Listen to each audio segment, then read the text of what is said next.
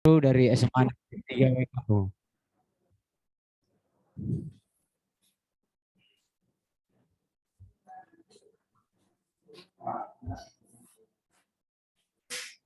Oke, untuk pertama saya akan memberikan waktu kepada Ibu Kepala Sekolah SMA Negeri 3, Ibu Junianti Simanulang, SPD MPD, untuk memberikan arahan untuk membuka kegiatan hari ini. Terima kasih. Baik, sebelum kita lakukan penandatanganan perjanjian kerjasama, kita akan mendengarkan nanti sosialisasi dari Bapak Dekan, Dr. Insinyur Ima Desa Srawibawa MRG, seorang dekan dari Fakultas Teknik.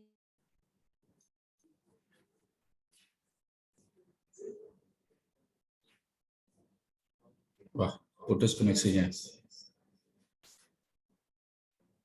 Tuhan Yang Maha Esa, Bapak Dekan punya waktu untuk bisa berkenan. Peserta didik kami yang baru ini sekitar 287 orang untuk tahun 2022-2023. Namun jumlah siswa keseluruhan ada sekitar 844 orang dengan GTK 49 orang.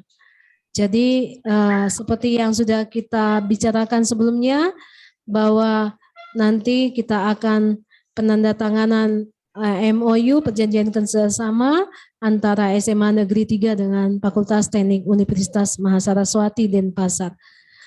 Kami berikan waktu seluas-luasnya kepada Bapak Dekan untuk memberikan sosialisasi selanjutnya. Tuhan berkati dan selamat siang. Om Swastiwastu, Namo Buddhaya, Salve, Shalom.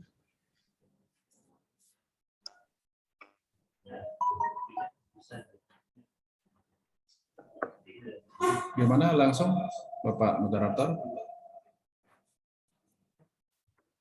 Ya, langsung aja Bapak. Ya. Terima kasih atas kesempatan yang diberikan. Yang terhormat Ibu Kepala SMA Negeri 3 Waingapu, beserta jajaran, Ibu Bapak Guru, dan demikian juga anak-anakku yang tercinta, para calon siswa baru SMA Negeri 3 Waingapu ya, karena belum ditetapkan sebagai murid baru ya, karena masih dalam masa orientasi ya. Tapi saya yakin dari dari wajah-wajahnya semua ceria ya. Di sini masih pakai, sebagian saya lihat masih pakai masker.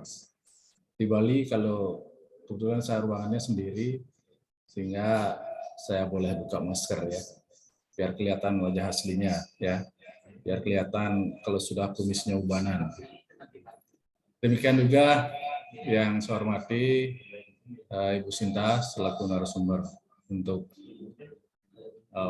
pemilahan dan pengolahan sampah, Pak Yoga selaku host pada kesempatan hari ini, dan semuanya yang saya hormati dan saya cintai. Kesempatan pada hari ini saya bersyukur sekali dan berterima kasih diberi waktu untuk menyampaikan hal-hal yang memang menjadi tugas kami. Ya, kalau Ibu Sinta nanti kami akan bagi 2 session. Ya, pertama akan diberikan informasi terkait dengan pengolahan sampah, kemudian yang kedua tentang ekoenzim saya akan mencobanya. Karena kebetulan di Bali sekarang sedang digalakkan ekoenzim ini ya, di Kabupaten Badung, terutama terkait dengan pemberantasan penyakit mulut dan kuku PMK, terutama untuk binatang sapi, kambing dan babi. Tapi yang lebih banyak selama ini memang di kelompok-kelompok ternak sapi. Itu betul-betul diminta keikutsertaan kami komunitas ekoenzim Kabupaten Badung untuk ikut serta menyumbang evensimnya, kemudian untuk melakukan penyemprotan di kandang bagi semua kelompok-kelompok ternak. Nah, kemudian lebih lanjut, untuk lebih detail, lebih jelas, kita akan langsung saja beri kesempatan ke Bu Sinta terlebih dahulu untuk memberikan materi tentang pengolahan sampah. Silakan Bu Sinta. Terima kasih Bapak. Bapak, Ibu, dan adik-adik, suara saya bisa terdengar? Oke, terima kasih. Ya, terima kasih buat kesempatan yang diberikan. Selamat pagi semua. Salam sejahtera. Shalom. Assalamualaikum warahmatullahi wabarakatuh. Om Swastiastu dan salam sehat semuanya buat kita semua ya. Kita bisa berinteraksi, apa adik-adik bisa mendengarkan tanpa putus-putus, tanpa jeda? Bisa ya? Bisa. Nah, oke, saya ingin sekali berinteraksi langsung dengan adik-adik di sini. Ya. Apa kabar semua?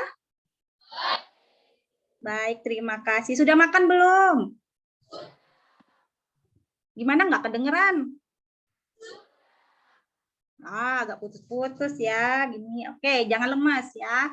Sudah menjelang siang, mungkin materinya kalau misalnya membosankan, nanti dicatat baik-baik. Nanti kalau mau tanya, dipersilakan bertanya di akhir sesi ya. Harus nanya, ya, karena walaupun materinya kadang-kadang kalau siang-siang gini bikin ngantuk, tapi penting banget buat kehidupan kita sehari-hari ya.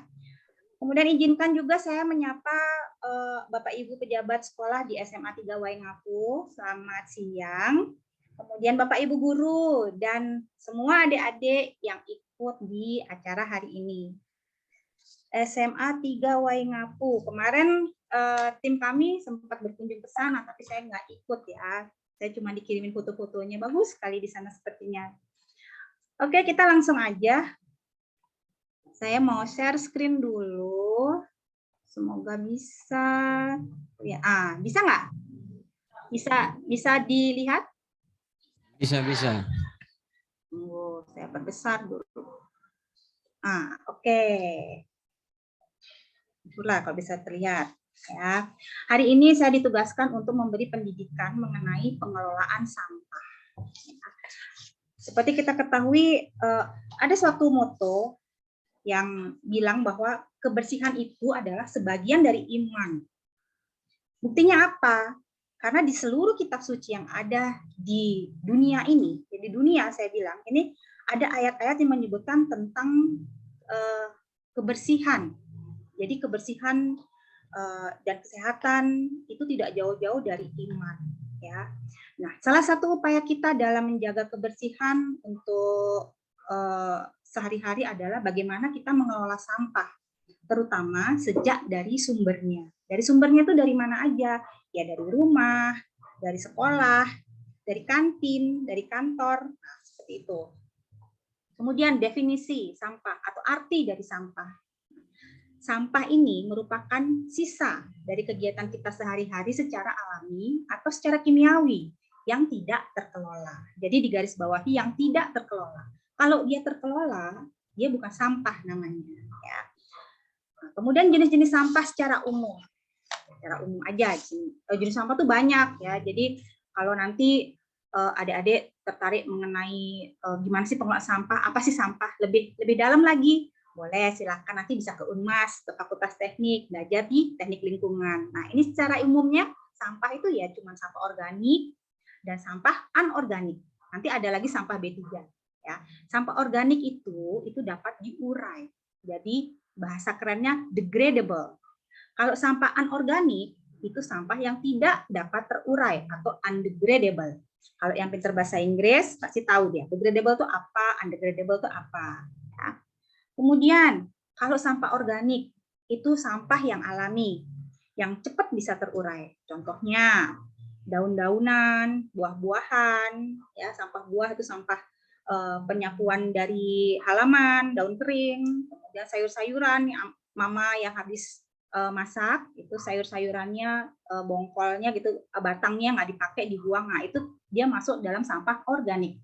Kalau sampah anorganik itu sampah buatan yang mengandung zat yang membahayakan. Dia sangat sulit terurai, ya. Contohnya plastik, styrofoam, kemudian kain, botol. Nah, itu contoh dari sampah anorganik.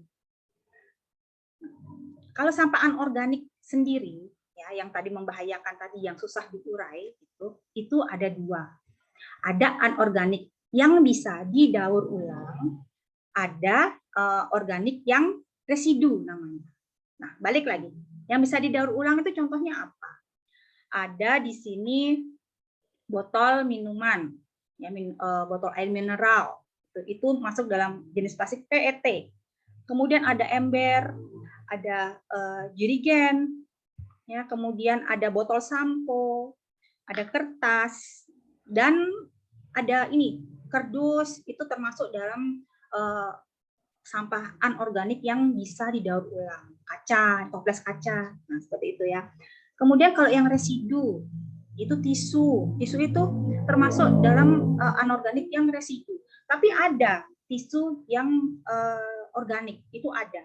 Ya, biasanya itu toilet paper, itu dia sifatnya organik. Kemudian ada pembalut wanita, itu dia sifatnya residu, ya. Kemudian puntung rokok. Ayo, siapa yang suka merokok, jangan buang puntungnya sembarangan, ya, karena dia bisa mencemari lingkungan. Kemudian ada lagi plastik mika. Plastik mika itu yang bening kayak gini, biasanya dipakai untuk tempat makanan. Sedotan. Nah, kemudian ada yang styrofoam, itu masuk ke dalam anorganik yang residu, ya. Kemudian ada lagi yang tadi Ibu bilang bahan berbahaya dan beracun. Itu disingkat B3, bahan berbahaya beracun. Sudah berbahaya beracun lagi. Nah, itu apa dia? Dia merupakan limbah atau sampah dari bahan-bahan yang berbahaya, bahan-bahan yang beracun, seperti sampah hasil dari rumah sakit, kemudian sampah dari pabrik, sampah industri, dan lain-lain. Tapi ternyata kita di rumah, di kantor, di sekolah itu juga bisa menghasilkan sampah B3 ini. Contohnya apa sih sampah B3 di sekitar kita yang membahayakan? Contohnya baterai. Nah, ini kelihatannya cuma kecil aja, apa sih membahayakannya? Nah, ternyata di dalam baterai itu ada kandungan merkuri. Merkuri itu merupakan logam berat yang sangat berbahaya. Dia tuh sangat beracun bagi tubuh kita, dan kalau terserap dia akan menyebabkan hal yang fatal. Ya, fatal itu termasuk kematian, seperti itu. Jadi baterai ini kalau dia dibuang sembarangan, kemudian dia kena air, kena hujan, kena suhu ekstrim, dia akan karatan atau korosi. Nah, setelah dia korosi, dalamnya itu cairan merkuri yang ada di dalam itu dia akan merembes keluar. Nah, itu akan membahayakan. Ya, itu termasuk sampah B3. Kemudian ada lagi ini botol spray, biasanya dipakai untuk parfum, atau hair spray, biasanya yang di salon-salonnya emak-emak itu ya pakai hair spray kayak gitu tuh. Itu di dalamnya tuh mengandung gas. Nah, gasnya itu sangat-sangat mencemari lingkungan. Nah, jadi nanti kalau beli parfum yang cerot-cerot aja, yang cerit-cerit, jangan yang spray-spray. Nah, itu tuh membahayakan ya. Itu termasuk dalam limbah B3 kalau dia terlepas ke dalam alam dengan volume yang cukup banyak. Kemudian contoh lain, deterjen. Kita cuci pakai deterjen. Nah, itu termasuk limbah B3. Kalau kandungannya banyak, dia bisa membahayakan. Tapi kalau kandungannya sedikit-sedikit, oke lah ya. Kalau misalnya mau ganti deterjen, pakai apa sih deterjennya supaya lebih aman? Nah, nanti ada caranya. Nanti ada deterjen, ada sabun yang aman bagi lingkungan dan dia sangat safe gitu ya. Jadi benar-benar lingkungan banget lah. Ini produk gitu ya, seperti itu. Nah, kalau kita ngomongin masalah pengelolaan lingkungan, pengolahan sampah, itu ada undang-undangnya juga loh, adik-adik, ibu-ibu, bapak-bapak ya. Nggak sembarangan, jadi nggak cuma sampah aja kita kelola biasa lah gitu. Enggak, di sini ada dasar hukumnya, ada undang-undangnya, ada pergubnya, itu ada. Dan nanti di dalam undang-undang ini ada undang-undang nasional, ada undang-undang internasional, ada undang-undang daerah, itu semua ada ininya, ada istilahnya ada punishment. Punishment-nya itu apa ya? Ada kalau buang sampah sembarangan nanti bisa didenda sekian. Nah, itu ada gitu. Di dalam pasal-pasal itu ada. Kalau untuk nasional di sini yang bisa gampang saya dapatkan itu adalah ini Undang-Undang nomor 4, nomor 32, nomor 18 ya tentang pengelolaan sampah, tentang perlindungan pengelolaan lingkungan hidup. Itu ada semua pasal-pasalnya bagaimana lingkungan itu harus kita kelola dan bagaimana sampah itu harus kita kelola. Kemudian yang berhasil saya dapatkan untuk di Nusa Tenggara Timur itu ada 2 peraturan gubernur NTT nomor 55 tahun 2018 dan surat edaran gubernur Nusa Tenggara Timur ini tahun 2020. Semuanya tentang pengurangan sampah plastik ya dan sampah sejenis di rumah tangga. Nah, itu bisa dilihat. Nanti di googling ya Adik-adik, apa aja sih isinya gitu. Kalau misalnya saya buang sampah sembarangan tuh ada nggak sih hukumannya? Ada ya. Bisa dilihat. Nah, yang ini sekarang yang perlu kita ketahui semua. Berapa lama sih sebenarnya sampah yang kita buang ke alam itu bisa terurai? Yang terurai itu bisa hancur gitu loh. Jadi kalau kertas itu dia sekitar 2 sampai 6 bulan dia baru hancur dan terurai oleh tanah. Jadi kalau kita buang begitu aja. Nah, kalau kulit buah kalau begitu saja kita buang gitu ya tanpa dicacah, tanpa dikelola dengan baik, itu bisa 6 bulan dia baru terurai. Kalau kardus atau karton, kardus ini ya, bisa 5 bulan. Ini bisa lihat filter rokok. Aduh lama sekali, 10 sampai 12 tahun. Makanya tadi pesannya kayak yang merokok, kalau bisa jangan merokok ya, berbahaya buat kesehatan. Tapi kalau dia merokok jangan buang sembarangan. Ya, harus di tempat khusus, di tempat sampah anorganik namanya. Jangan dicampur sampahnya nanti. Kemudian benda-benda kulit itu lama juga. Di sini yang paling lama. Nah, plastik. Plastik yang tertimbun di tanah itu bertahan dari 200 sampai 1000 tahun. 1000 tahun lamanya. Lama banget ya. Kemudian botol kaca tuh bisa sampai 1 juta tahun. Kita sudah punya cucu, cicit. Cicitnya sudah punya cucu lagi. Masih ada botolnya. Jadi awet. Kemudian styrofoam. Styrofoam tahu styrofoam. Styrofoam itu gabus ya, yang putih itu tidak dapat hancur. Jadi dia abadi. Jadi nanti kalau ngerayu pacarnya, cinta kita abadi. Jadi bisa diganti cinta kita kayak styrofoam, gitu boleh ya. Kemudian kita ngomongin plastik sekarang. Ini perlu diketahui. Kalau sehari-hari kita mempergunakan botol plastik, kita ke ini deh, ke sekolah bawa minuman. Minuman pakai apa? Pakai botol minuman. Botol minuman dari apa? Plastik. Kita belanja ke kantin, di sana ada nasi kotak. Nasi kotak sekarang sering pakai apa? Sering pakai styrofoam, sering pakai plastik mika juga kan. Nah, itu plastik-plastiknya itu macam-macam ternyata. Di sini ada kode-kodenya. Yang mana yang bagus kita gunakan, yang mana enggak. Yang pertama, ada kode seperti ini. Kode segitiga, angka 1, tulisannya di bawahnya PETE atau PET. Ibu kasih contoh. Di botol air mineral ini. Cek di bawahnya. Ya, mungkin ada yang bawa sekarang, coba cek. Di bawah sini ada segitiga.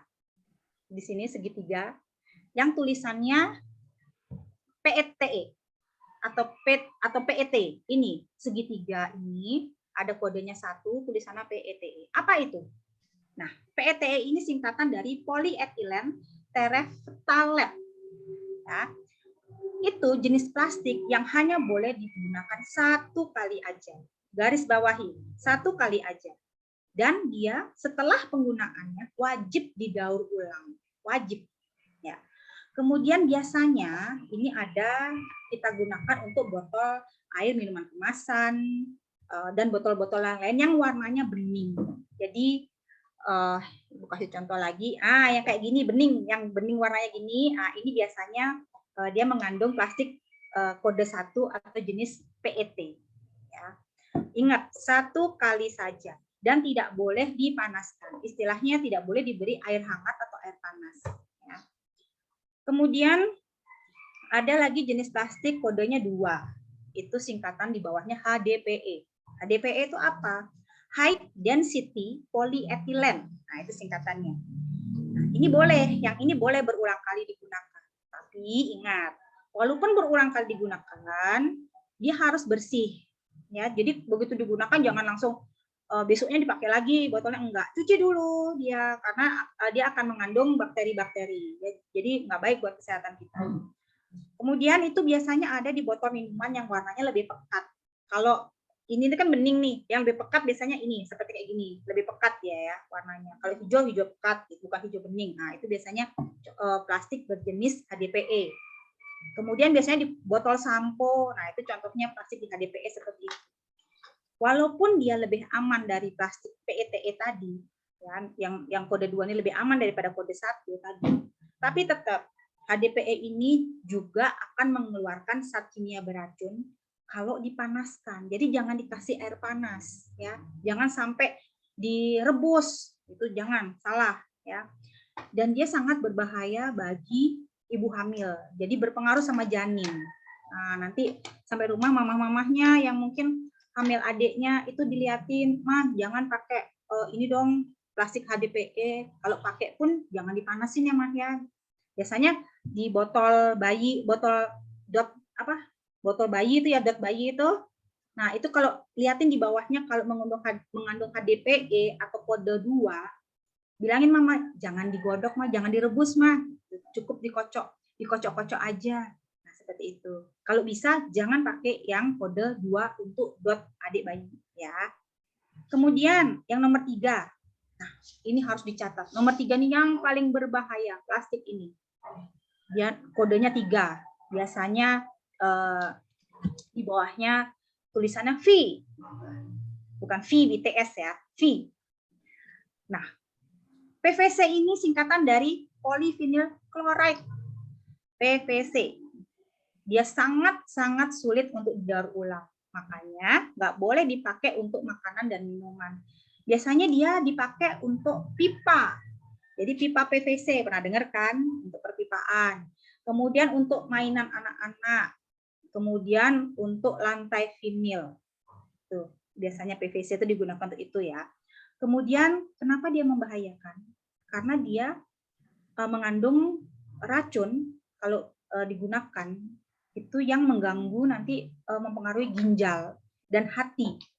Dan yang paling mengerikan dia dapat mengubah hormon karena disebabkan zat yang keluar dari PVC ini namanya zat DEHP. Ini ribet ya, zat ini zat itu gitu. Tapi kalau habis ini lulus kuliah di teknik lingkungan, pinter yang kayak gini-gini. Kemudian ada lagi kode 4 namanya LDPE. LDPE itu apa? Low Density Polyethylene. Nah, yang ini aman ya, cukup aman ya. Karena dia food grade. Biasanya di bawahnya itu selain kode 4, nanti ada tulisannya kayak gini, Ibu kasih contoh. Di sini ada tulisannya di sini food grade gitu. Ini di tempat seperti ini ya. Di food grade. Nanti pinter-pinter nanti kalau belanja milih ya. Kasih tahu nanti yang orang-orang di rumah, teman-temannya, tetangganya itu kasih tahu semua.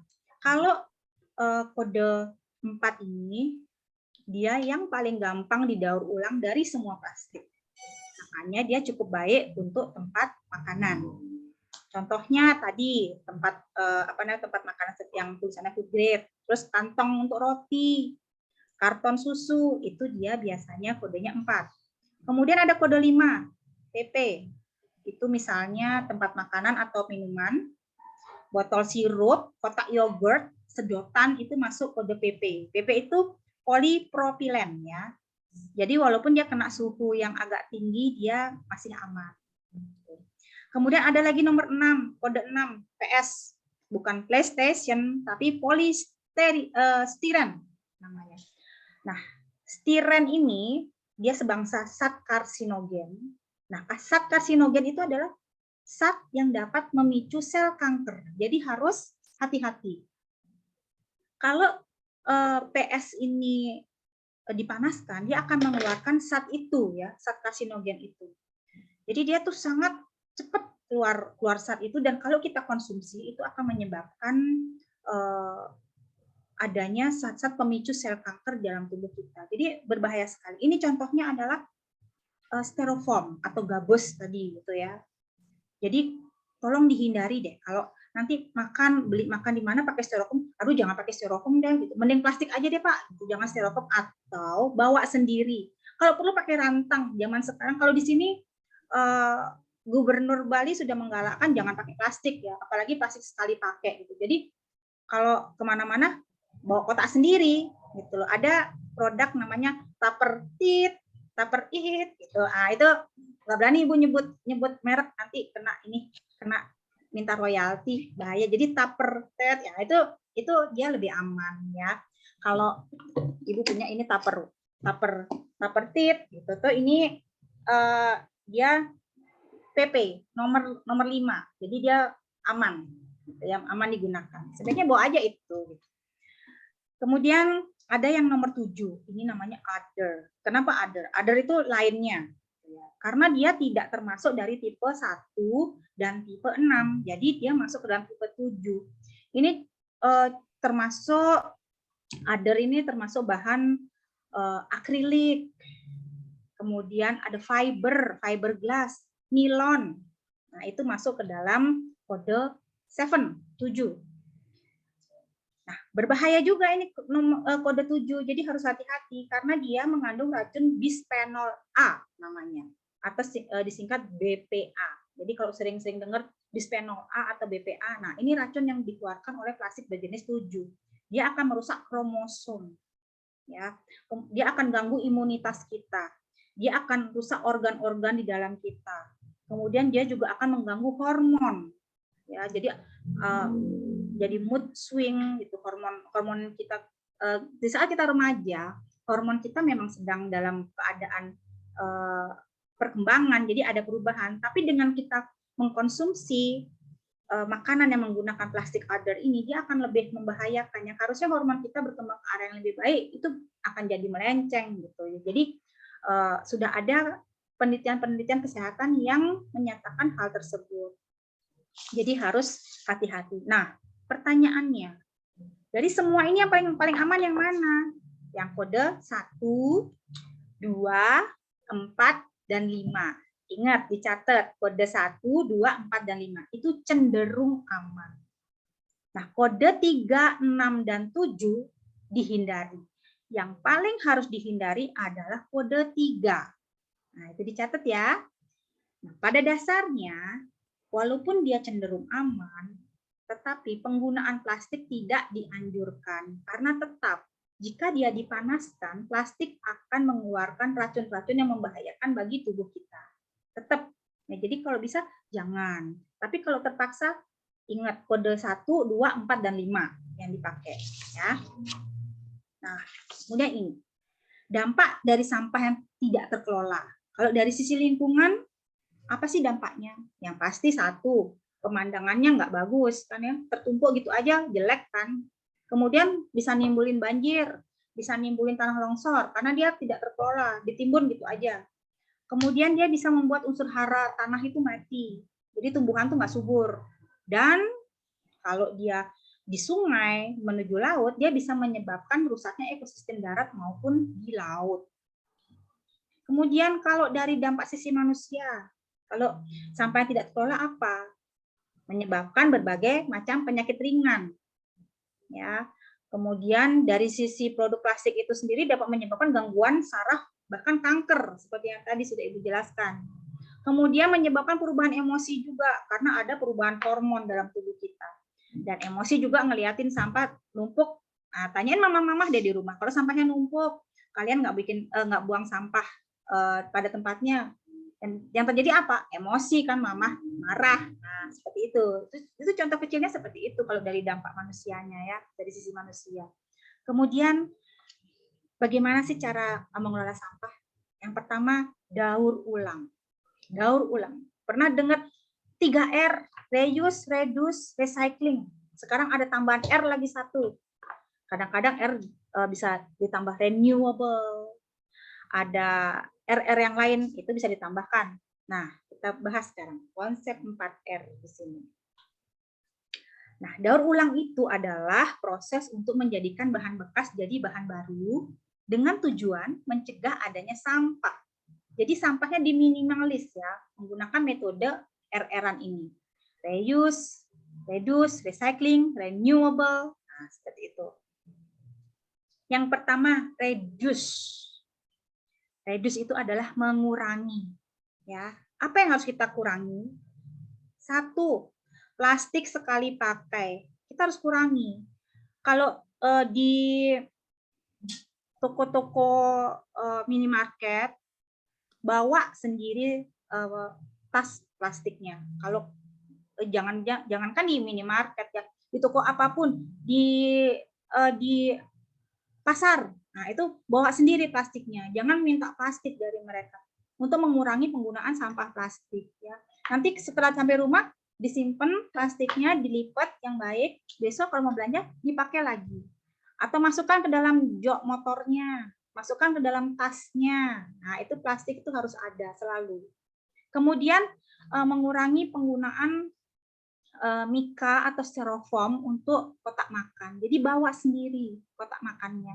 Kalau mau belanja soto, mau beli gado-gado, bawa sendiri kotaknya. Ya, nggak usah. Kalau dia kasih bungkusan, nggak usah mas, pakai kotak saya aja. Nah, itu untuk meredus, untuk mengurangi sampah. Nah ini lagi fotokopi. Kalau bisa, fotokopinya bolak-balik. Jangan mempergunakan kertas banyak-banyak. Atau, nah kalau di Fakultas Teknik Unmas sekarang, terutama di teknik lingkungan, sekarang kita sudah mempergunakan paperless. Jadi segala tugas-tugas mahasiswa, segala skripsi segala macam itu semuanya mempergunakan paperless. Paperless itu tidak mempergunakan kertas. Jadi kita mengurangi penggunaan kertas. Andai kata harus di print, harus difotokopi, kami akan menganjurkan itu bolak-balik gitu. Jadi kalau misalnya ada yang harus diperbaikin, mereka hanya mengirimkan file kepada kami untuk kami cek, nanti kami kirim balik lewat WA atau lewat email. Nah, seperti itu. Itu akan mengurangi sampah plastik.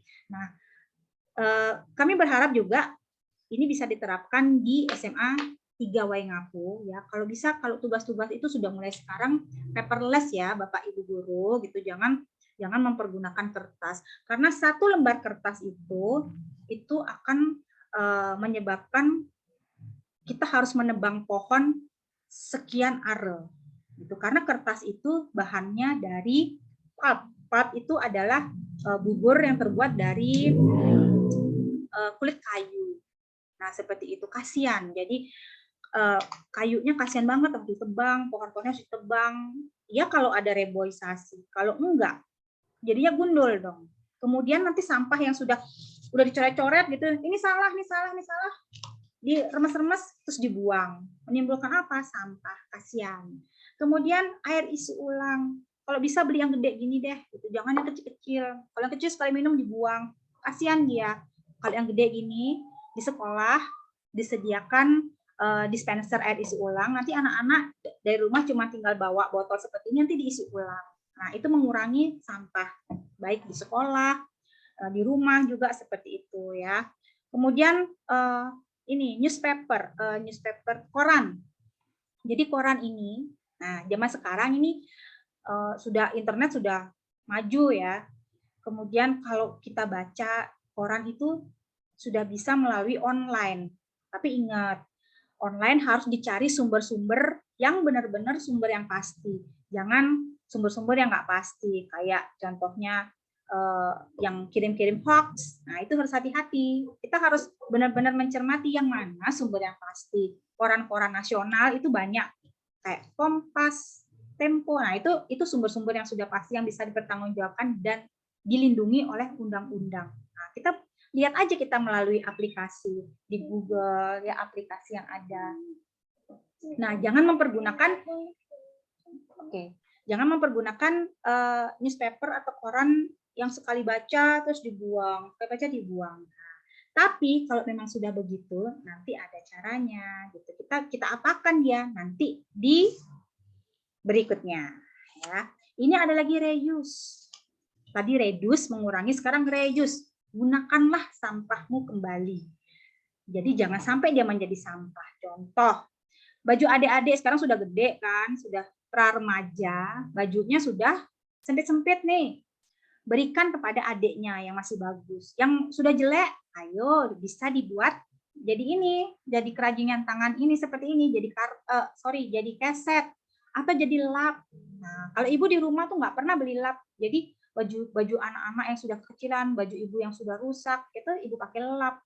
Jadi itu yang dipakai. Jadi sekalian mengurangi dari unsur ekonomi, kita nggak perlu beli, kita juga mengurangi sampah yang harus kita buang.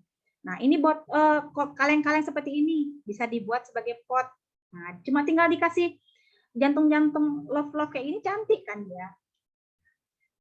Kemudian sepatu-sepatu yang tidak dipergunakan bisa dipakai seperti ini. Ini masih banyak lagi contohnya ya. Kemudian ini ada reusable bag yang bag bisa dipakai lagi. Banyak sekali contohnya. Kita bisa menggali kreativitas kita. Seperti itu. Mungkin di sekolah nanti bisa ada program untuk bikin kerajinan seperti ini atau seperti ini, mempergunakan sampah yang ada di rumah seperti itu ya. Kemudian ada recycle. Nah, yang tadi koran tadi bisa di recycle juga. Recycle jadi apa? Juga jadi kerajinan tangan. Jadi dibikin pulp, dibikin bubur kertas, kemudian dibikin di triplek dibentuk hiasan, kemudian dicat, dipajang gitu di kamar. Nah, itu kan sudah merupakan karya seni buat kita gitu ya. Kemudian lagi ada recycle atau daur ulang. Recycle itu bahasa Indonesia daur ulang. Recycle yang dari dapur. Ini dari sumbernya. Jadi dari sumbernya tuh maksudnya habis masak, ini sampah mau dibuang. Nah, itu sumbernya itu dia. Dari masak, dari dapur itu sumbernya. Nah, dibuang sembarangan gitu aja? Enggak, jangan. Ya, kalau sampah organik seperti ini, adik-adik, ibu-ibu, bapak-bapak, ini kumpulkan dia. Jadi pisahkan yang organik dan yang anorganik. Itu harus punya 2 tempat pengelolaan sampah. Jadi yang organik itu dikumpulkan jadi satu. Nanti bisa dibuat apa? Bisa dibuat kompos, bisa dibikin ekoenzim. Nah, seperti itu. Kemudian kalau nggak punya wadah seperti ini, mau bikin ini biopori namanya. Jadi tanah-tanah dilubangi, ya, bikin biopori, kemudian diberi tutup seperti ini supaya dia tanahnya tidak masuk kembali, tidak longsor. Bisa dilihat ini ya. Nah, ini bisa dimasukkan tutup dibuka. Ini bisa dimasukkan sampah-sampah seperti ini. Nanti di dalam sini dalam jangka waktu kurang lebih 1 bulan, dia lama-kelamaan akan menjadi kompos. Ini kalau dikeluarkan akan menjadi seperti ini. Kalau dimasukkan dalam gentong, nah, gentongnya modelnya dibikin seperti ini ya, ada bukaannya di bawahnya. Dalam kurun waktu sebulan sampai 2 bulan, dia juga sudah bisa menghasilkan kompos. Kompos bisa digunakan kembali untuk memupuk tanaman di sekitar rumah. Nah, seperti itu. Itu contoh dari recycle bahan organik. Kalau recycle bahan anorganik banyak, kayak botol-botol. Di TV-TV kalau sering nonton TV itu ada ekonomi sirkular. Itu kan biasanya itu adalah dari botol air mineral itu akan di recycle menjadi dakron. Jadi isiannya bantal. Jadi yang bantal yang adik tidurin yang bukan kapok itu dakron, isinya apa? Itu sebenarnya plastik yang sudah didaur ulang dari botol minuman yang ada di market-market itu. Nah, seperti itu. Kemudian recycle berikutnya ada pembuatan ekoenzim dari bahan-bahan organik. Nah, kayak gini. Jadi kulit buah, habis makan jeruk, habis makan semangka, kulitnya jangan langsung dibuang aja. Selain dibikin kompos, kumpulkan dia, bisa dibikin ekoenzim. Nanti pembuatan ekoenzim ini akan dijelaskan sama Pak Made Sastra berikutnya ya. Ini ekoenzim itu adalah produk yang serbaguna dan kalau ibu bilang perfect lah dia tuh. Produk ini perfect banget gitu buat kehidupan kita sehari-hari. Bisa digunakan apa aja dari A sampai Z. Kemudian ada lagi R yang keempat, ada replace. Replace adalah mengganti. kita sangat berharap bahwa lingkungan kita itu benar-benar lestari. Ya, jadi kita harus berusaha. Jadi kalau misalnya kayak plastik bag seperti ini, kalau dibiarkan sekali pakai, dibuang gitu aja, dia akan mencemari lingkungan. Dan tadi kan sudah dijelaskan bahwa dia bisa 1000 tahun lamanya untuk bisa terurai. Kasihan, tanah tuh kasihan, dia ketutupan plastik. Terus bisa dilihat juga kan sering kalau di TV-TV itu sampai di laut plastiknya, penyunya sampai dia kena plastik, sampai ikan pausnya di dalam tubuhnya tuh ada plastik, itu kasihan kan. Jadi sesuatu yang diciptakan Tuhan yang harus kita jaga itu jadi harus punah hanya gara-gara kelalaian kita di awal. Di awal, ingat ya pada sumbernya, di awal. Kita harus dari awal. Nah, plastik ini diganti pakai tas yang seperti ini. Nah, ini kan lucu nih tasnya. Bisa nanti di sekolah bisa prakarya kayak gini ya, bikin tas yang dari sisa-sisa kain. Sisa kain jangan dibuang, dibikin tas kayak gini. Nah, bisa dipakai untuk pengganti penggunaan tas plastik. Gitu. Dibawa terus tasnya, lucu, ntar bisa dikasih nama. Kasih nama Tina. Nah, kan lucu tuh kayak gini. Kemudian botol plastik ganti deh kalau bisa, karena tadi kan sudah dijelasin kalau plastik itu walaupun ada yang aman, tapi ternyata dia tetap mengeluarkan racun. Nah, ganti dia dengan botol kaca atau botol aluminium seperti ini. Ya. Kemudian penggunaan kotak makanan juga harus digalakkan sekarang. Jangan pakai plastik lagi, terutama jangan pakai styrofoam. Sangat berbahaya bagi tubuh kita. Ya, jadi ganti dia pakai kotak makanan. Walaupun berbahannya plastik, dia tetap lihat di bawahnya P berapa nih kodenya. Nah, kalau beli lihat P berapa. Biasanya dia memang agak mahal, tapi dia lebih aman buat tubuh kita. Kita hidup itu panjang kan, kita hidup juga lama. Jadi mahal dikit nggak apa-apa, tapi kita pakainya lama. Gitu. Jangan sampai ini yang murah aja deh, tapi membahayakan tubuh kita. Yang harus kitanya hidup bisa sampai 100 tahun, jadi cuma setengahnya, hanya gara-gara penggunaan tempat makanan kita yang tidak aman, yang mengeluarkan racun. Gitu ya. Jadi mari kita pikir jangka panjang. Mari kita berpikir lingkungan, kelestarian lingkungan yang jangka panjang juga. Karena kita hidup nggak cuma kita aja nanti. Ada anak cucu kita juga nanti kan. Siapa tahu kita sudah tua tetap masih punya cucu, jangan sampai cucu kita teracunin oleh hidup kita yang di awal ini, yang pertama ini. Jadi kita, ayo adik-adik yang sekarang di ini, yang sudah mendengarkan pendidikan mengenai pengelolaan sampah ini, nanti sampai rumah kasih tahu. Ayo dari awal, dari sekarang, dan detik ini kita ubah pola hidup kita, ya. Nah, ini di rumah minimal harus punya 2, non-organik dan organik. Yang organik tadi sudah tahu kan, yang sampahnya berjenis buah-buahan, daun-daunan, sayur-mayur, ini masuk dalam organik. Yang non-organik sisanya, ya, plastik, kaca, dan sebagainya. Kalau punya duit lebihan lagi, 3, pakai 3, ada sampah B3. Sampah B3-nya taruh sini. Nanti bisa diambil oleh pemulung. Pemulung sudah tahu kok, dia sudah tahu harus dibawa kemana. Karena dia pun ternyata sudah pinter dia di tempat sampah tuh, oh ini bahaya nih. Sebenarnya pinteran mereka loh ketimbang kita. Karena pendidikan yang mereka dapatkan setiap hari. Mereka sudah tahu, oh ini bahaya. Oh ini harus di sini. Oh ini harus di situ. Nah, pemulung itu dia kebanyakan lebih tahu. Makanya kalau punya tempat lebih banyak, pakai ini 3, sampah organik, sampah B3, dan anorganik. Kalau lebih supaya eye catching lagi, uangnya agak lebihan, bisa dibikin yang kayak gini. Ada warna-warni. Jadi adik-adik yang belum bisa baca, adik kita yang masih kecil, balita, belum bisa baca, juga tahu dia. Ada yang nanti dibuang di tong sampah warna merah ya. Dibuang yang itu, yang plastik, dibuang di tong sampah warna hijau ya. Nah, seperti itu ya. Nah, ini ada Sir William H. Stewart. Beliau ini adalah seorang dokter. Dia mengatakan lingkungan yang benar-benar sehat itu tidak hanya aman, tapi juga membangkitkan semangat. Ya, jadi kalau di sekolah lingkungannya sehat, dia nggak cuma aman buat kesehatan kita, nggak cuma aman buat kita juga, tapi dia juga membangkitkan semangat kita. Jadi seneng kan ke sekolah, sekolah yang bersih itu ya, sekolah yang keren itu, iya dong, nggak ada teman-teman yang sakit, nggak ada ibu bapak guru yang bawaannya mudi. Itu karena sudah terjaga kebersihannya. Jadi karena kebersihan itu menyangkut ke segala aspek. Makanya gimana caranya? Tetap kelola sampah dengan baik, buang sampah pada tempatnya, yang mana organik, yang mana anorganik. Tetap ini dimulai dari diri kita sendiri, ya. Nanti ingat sampai rumah beri pendidikan juga buat adik kakak, bapak ibu, tetangga kanan kiri, om tante, nenek kakek. Kemudian juga buat teman-temannya diingatkan. Nanti ada si Adi buang sampah sembarangan. Nah, Dewi ingetin, jangan buang sampah sembarangan. Gitu. Ingat yang dikatakan Bu Sinta harus apa?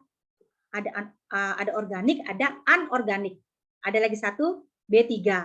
Ingat, biasanya kalau praktikum di sekolah itu ada baterai segala macam, itu ingat masukkan ke limbah B3 ya. Jadi di sekolah wajib punya tong sampah lebih banyak.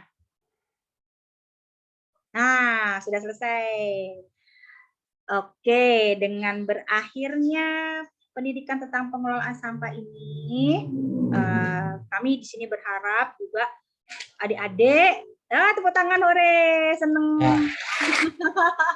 Ya, jadi harapan kami adik-adik, kemudian ibu bapak bisa melandasi kegiatan pendidikan di SMA 3 Waingapu dengan standar lingkungan yang jempolan. Kemudian kami juga berharap hal ini bisa dilakukan dengan disiplin dan baik sejak dari dini, sejak dari sumbernya, ya, terutama kantin sekolah tuh, ya Pak, harus dikelola dengan baik. Oke, nanti kalau misalnya ada pertanyaan nanti di akhir sesi, kemudian kalau misalnya malu bertanya sesat di jalan. Kalau sesat di jalan gimana? Nah, nggak tahu informasi berarti kan ya. Jadi kalau malu bertanya nanti boleh cek email ibu di sini silahkan. Mau ke IG ibu silahkan. Bisa dicatat ke FB ibu juga bisa. Atau ke teknik lingkungan Unmas juga bisa. Atau ke FT Unmas juga bisa. Oke, dengan berakhirnya informasi yang saya berikan ini, saya kembalikan sesi berikutnya kepada Bapak Made Sastra. Terima kasih semua, Tuhan memberkati. Silakan Pak Made Sastra. Oke, jadi baik, terima kasih Ibu narasumber, Ibu Sinta Maharani, yang sudah meluangkan waktu untuk memberikan materi atau ilmu-ilmu penting tentang pengolahan lomba ini, sampah organik beserta anorganik yang sering kita dapati di lingkungan sekolah maupun dimanapun kita berada. Mungkin Ibu ada beberapa siswa mungkin yang akan memberikan pertanyaan. Langsung, ya boleh. Ya, mungkin saya akan kira-kira dari adik-adik mereka. Oh, ini Adi siapa namanya? Adi Jili akan memberikan pertanyaan tentang materi pengolahan sampah, Ibu. Ya, silakan. Mana Adik Jili?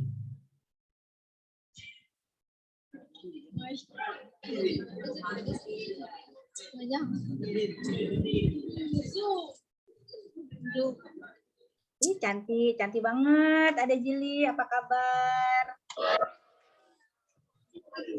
Silakan. Selamat siang, Ibu. Perkenalkan, nama saya Jeli Tadenungara. Di sini saya akan memberi pertanyaan yang belum terlalu dimengerti gitu, Ibu. Silakan. Begini, sekarang kan banyak masyarakat yang membuang sampah sembarangan tanpa mengetahui dampaknya. Secara tidak sadar, dampak yang didapat sangat besar walaupun sudah ada undang-undang, tapi masyarakat tidak mematuhi undang-undang yang berlaku. Jika memang sudah ada undang-undang untuk tidak membuang sampah sembarangan, tetapi sampai sekarang masyarakat tidak mematuhi undang-undang yang berlaku. Misalnya, mereka masih membuang sampah sembarangan. Pertanyaannya saya, bagaimana cara supaya masyarakat bisa sadar atas perlakuan yang mereka lakukan terhadap lingkungan sebelum dampak yang tidak diinginkan terjadi karena membuang sampah sembarangan. Walaupun sudah ada yang namanya diurai sampah dan sudah dilarang oleh pemerintah. Bagaimana caranya Bu bisa membuat masyarakat sadar atas perlakuan mereka terhadap lingkungan walaupun sudah ada yang namanya diurai sampah dan sudah dilarang keras oleh pemerintah dan sudah undang-undang. Oke. Ditampung dulu apa langsung jawab, Bapak?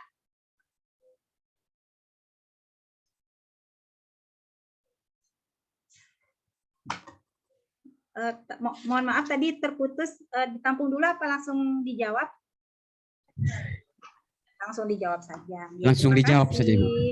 Ada Jili ini nanti cocok jadi ini deh. Jadi pakar hukum. Nah, ya undang-undang dia menitik beratkan menggarisbawahi undang-undang yang sudah ada. Jadi gimana caranya sadar?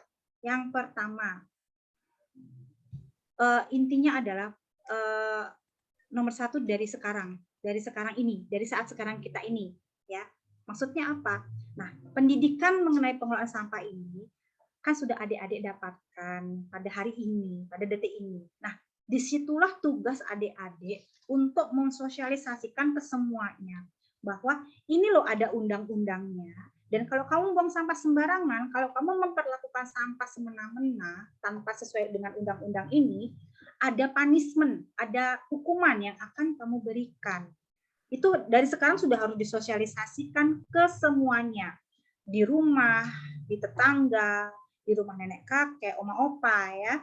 Itu harus sudah disosialisasikan. Dan kita nggak cukup sekali mensosialisasikannya. Kayak ibu ini nggak cukup sosialisasi memberi pendidikan seperti ini ke SMA 3 Waingapu aja, tapi kemana-mana, termasuk ke ibu-ibu PKK, ke grup senior, keluarga senior, itu tetap. Jadi setiap saat harus selalu kita sosialisasikan akan hal itu. Supaya apa? Supaya orang itu ingat. Sama seperti begini, kalau kita nonton TV ini ada iklan baru kita lihat iklan ini, wah menarik nih iklan gitu. Tapi kita belum tahu, nggak hafal nih ada lagunya gitu ya, nggak hafal. Tapi berikutnya karena seharian tuh kita nonton iklan itu terus dan iklan itu menarik, kita besok sudah hafal, sudah kita ikutin kata-kata iklannya, sudah kita ikuti lagu yang ada di iklan, jingle yang ada di iklan itu. Nah, begitu juga dengan sosialisasi seperti ini, kita harus selalu memberikan sosialisasi yang menarik, yang mudah dimengerti, dan tidak pantang menyerah. Jadi orang yang kita kasih tahu tuh ingat. Terutama kalau dia buang sampah sembarangan, langsung ditegur, stop, jangan buang sampah sembarangan. Karena di sini ada undang-undangnya loh, nomor sekian, bahwa kalau buang sampah ketahuan, dilaporkan, nah itu bisa dihukum. Nah, seperti itu. Itu yang pertama. Yang kedua, ini ngomongnya agak berat ya. Jadi pemerintah Tidak mengerti.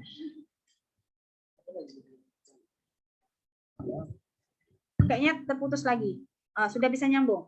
Nah, pemerintah yang harus tegas dalam memberi hukuman terhadap kegiatan tersebut.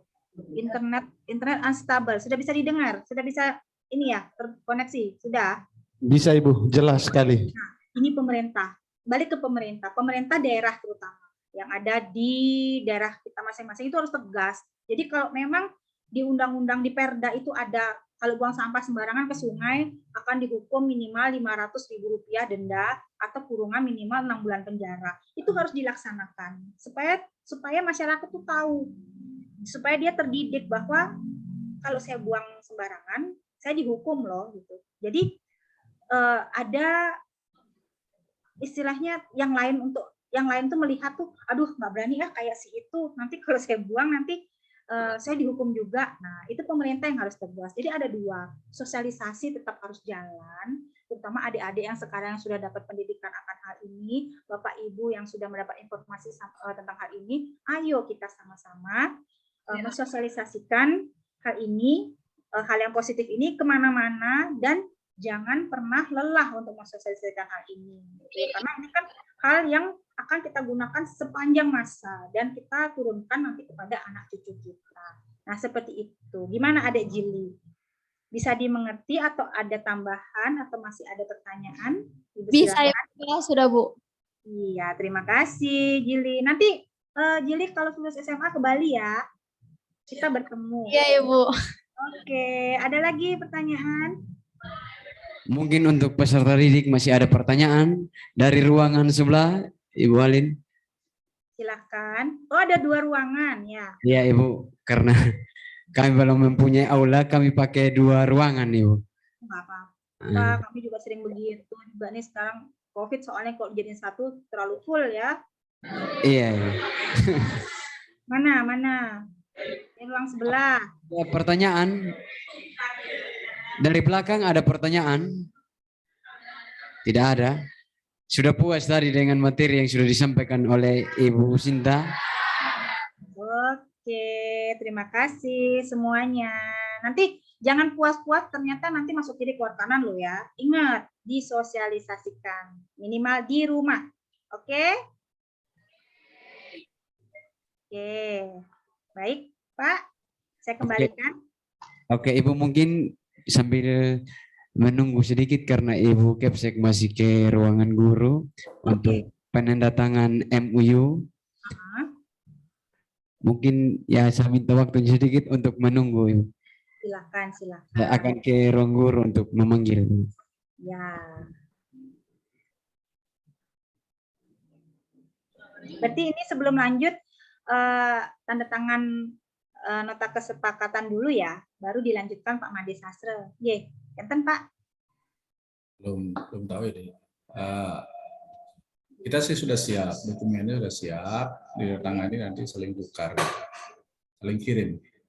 Ya, kita tangani di sini, kemudian di Waingapu, ditandatangani oleh Ibu Kepala Sekolah, kemudian nanti itu dikirim ke Denpasar, kita mengirimnya ke Waingapu. Jadi langsung ditandatangani di tempat, jadi itu menjadi arsip masing-masing. Baik Bapak. Ya. Setelah itu baru dilanjutkan ekoenzim ya Pak, pelatihan ekoenzim. Ya. Oke. Mungkin sambil menunggu adik-adik tanya lagi dong. Tanya yang lain boleh, nggak usah tanya. Mungkin ada yang bertanya di belakang. Tanya. Ada.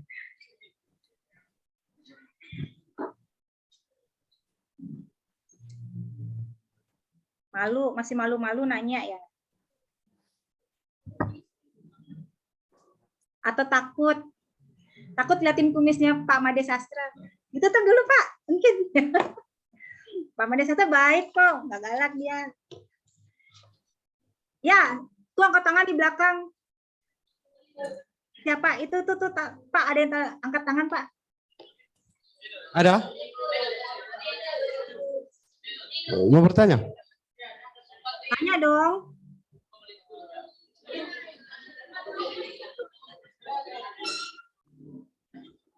Wah, nggak ada yang nanya. Aduh, sayang sekali kita pakai Zoom. Coba kalau bisa ke sana langsung ya. Banyak sekali hal-hal yang bisa kita praktekkan dalam hal sampah ini. Walaupun teorinya tadi kan membosankan, sampah kayak gini, bla bla bla gitu. Tapi kalau ketemu langsung, banyak hal yang bisa istilahnya lebih menempel gitu dari di apa ya, di dalam diri adik-adik yang cantik dan cakep ini, astaga, yang udah SMA.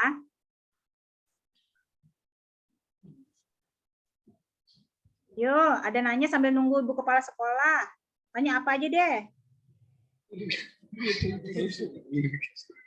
Ini masih malu-malu.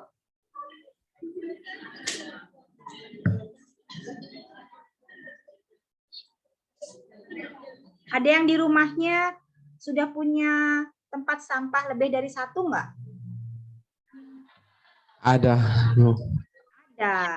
Ya, siapa yang punya, yang sudah menerapkan pemilahan sampah organik dan anorganik? Ada nggak di rumahnya? Kalau di sekolah pasti sudah ada. Ya, kalau di rumah ada nggak? Ada siapa? Coba angkat tangan. Coba yang di rumah ada. Ada siapa? Siapa itu yang angkat tangan yang sebelah kanan itu, siapa namanya? Yang di Coba. pinggir.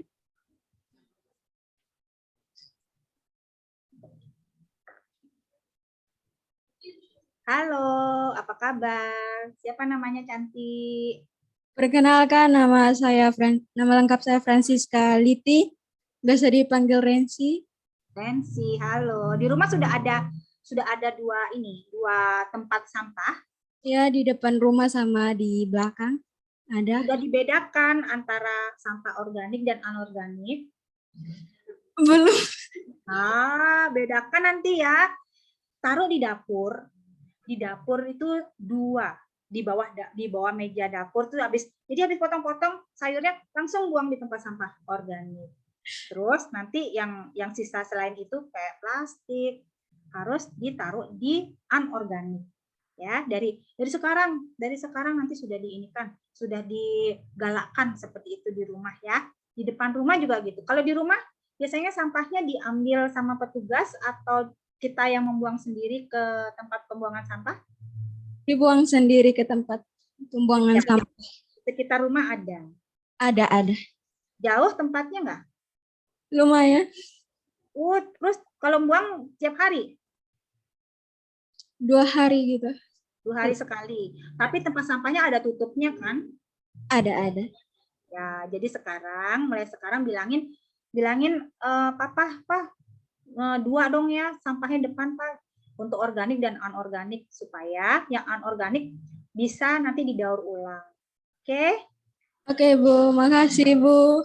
Ya, selamat. Sudah SMA. Waduh, ini anak-anak tanggung semua.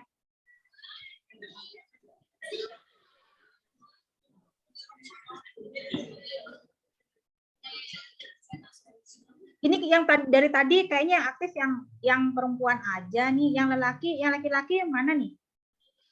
Coba. Langsung nunduk semuanya. Mana nih yang laki-laki? Ayo siapa?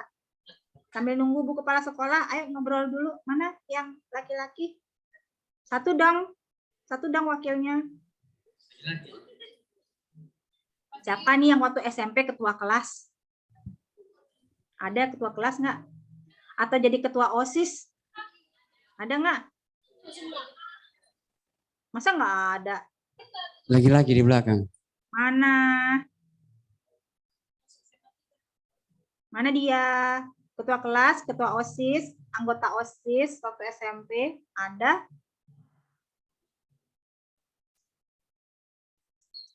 Oh, nggak ada, Pak. Ternyata, Pak. Tidak ada, Ibu. Ada. Malu. Comot satu, Pak. Saya mau ngobrol sama yang laki-laki. Oh, Oke, tunggu siap. sebentar. Siap, Ibu. Ibu sudah siap, Bu? Ibu kepala sekolah? Siap menunggu juga Pak. Bu. Masih menunggu juga. Oke, comot kalau gitu satu lelaki, Pak. Andre. Oh, perkenalkan nama. Halo, siapa nama? Halo, selamat siang Ibu. Siang. Perkenalkan nama saya Waduh, favorit ternyata. Perkenalkan nama lengkap saya Andreas Kaleka, biasa dipanggil Andri. Halo Andre. Ya, Andre, cita-citanya apa? Ya Ibu. Mau jadi tentara. Oh, jadi tentara sih, bagus sekali. Semoga berhasil ya. Dari sekarang tentara itu apa? Harus sehat. Biar sehat apa? Jaga kualitas lingkungan. Ingat, kesehatan tuh berawal dari kebersihan lingkungan. Oke, jadi mulai sekarang Andre sudah dapat informasi ini. Ingat, di rumah, di sekitarnya, di sekolah harus menjaga kebersihan lingkungan. Kalau misalnya cita-cita kedua selain tentara apa?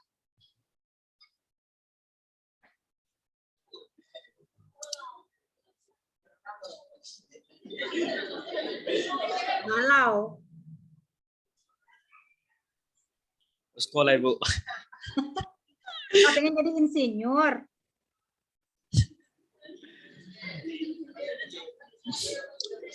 Mau kuliah Ibu, mau lebih kenal lagi. Lebih kenal sama siapa? Lebih kenal sama si dia. Ya Bu. Oke, nanti kalau cita-citanya berubah, misalnya seiring waktu pengen jadi insinyur, kita tunggu di Bali ya, Andre. Siap Ibu. Oke, banyak di sini dari Waingapu, mahasiswa kami di sini berhasil semua. Kembali ke tanah Waingapu, sudah membangun Waingapu, banyak dari alumni kami di sana. Oke, gimana Ibu? Ibu Kepala Sekolah sudah siap? Siap Bu, ya. Oke, saya kembalikan ke Pak Made Sastra dan ke host dari Unmas, silakan.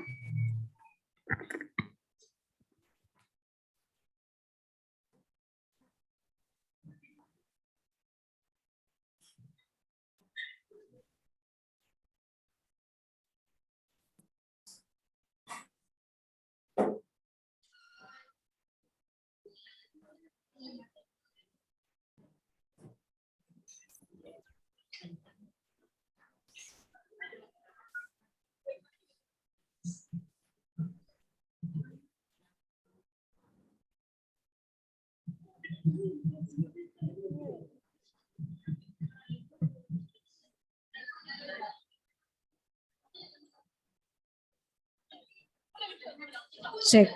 Baik, terima kasih Ibu Sinta Maharani yang sudah berkenan memberikan sosialisasi tentang limbah.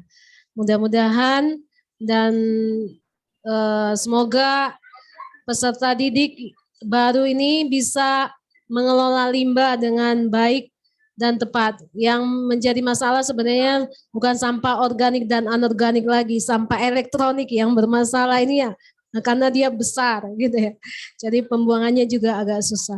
Nah, sebenarnya negara maju sudah di Bali sudah anti plastik sudah bagus, tapi kalau untuk NTT masih harus belajar pemilahan atau identifikasi tentang sampah organik dan anorganik. Terima kasih Ibu yang sudah memberikan sosialisasi ini kepada peserta didik baru. Masih semangat peserta didik? Baik, kita akan menuju kepada perjanjian kerjasama. Saya bacakan saja. Perjanjian kerjasama antara SMA Negeri 3 Waingapu, Kecamatan Kota Waingapu, dengan Fakultas Teknik Universitas Mahasaraswati Denpasar tentang pengolahan limbah organik menjadi ekoenzim.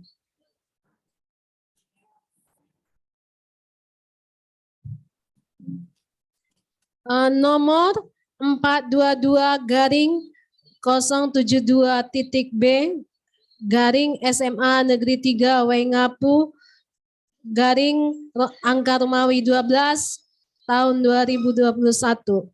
Nomor K.196A garing C.0601 garing UNIF .PFT garing angka Romawi 12 garing 2021.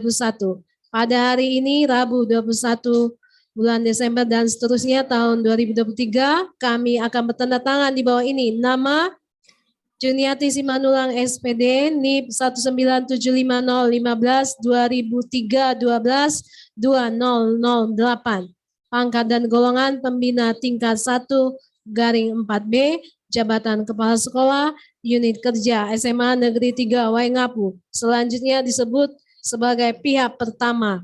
Yang kedua, nama Dr.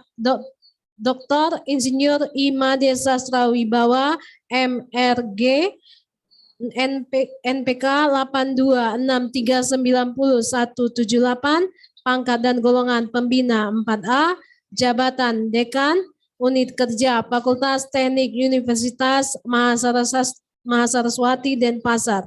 Selanjutnya disebut pihak kedua. Dengan ini menyatakan bahwa kedua belah pihak sepakat mengadakan kerjasama dalam kegiatan pengolahan limbah organik menjadi ekoenzim sebagaimana diatur sebagai berikut. Ada 10 pasal dan mohon izin Ibu saya bacakan yang terakhir saja sampai kepada pasal 10 penutup.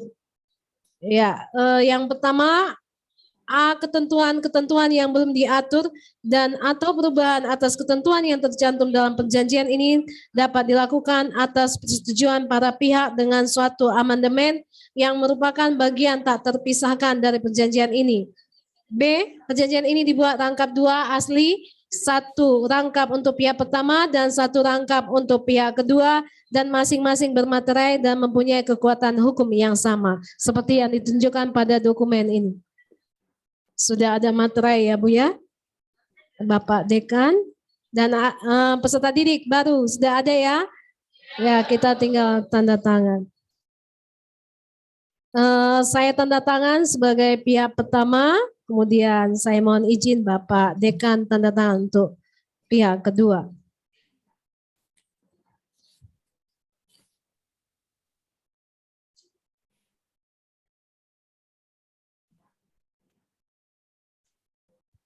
Sudah selesai dari pihak pertama Bapak Dekan dengan Ibu.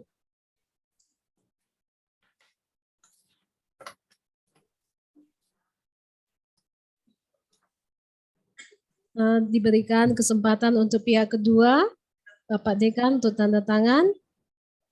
Sudah ya? Kami sudah tanda tangan Ibu. Ya, nanti akan dikirim yang lengkap dengan materai ya. Ya, baik. Terima kasih. Makasih Pak Dekan sudah bersedia untuk kita mengadakan FPU. Silakan kita apresiasi dengan Bapak Dekan. Tepuk tangan semuanya.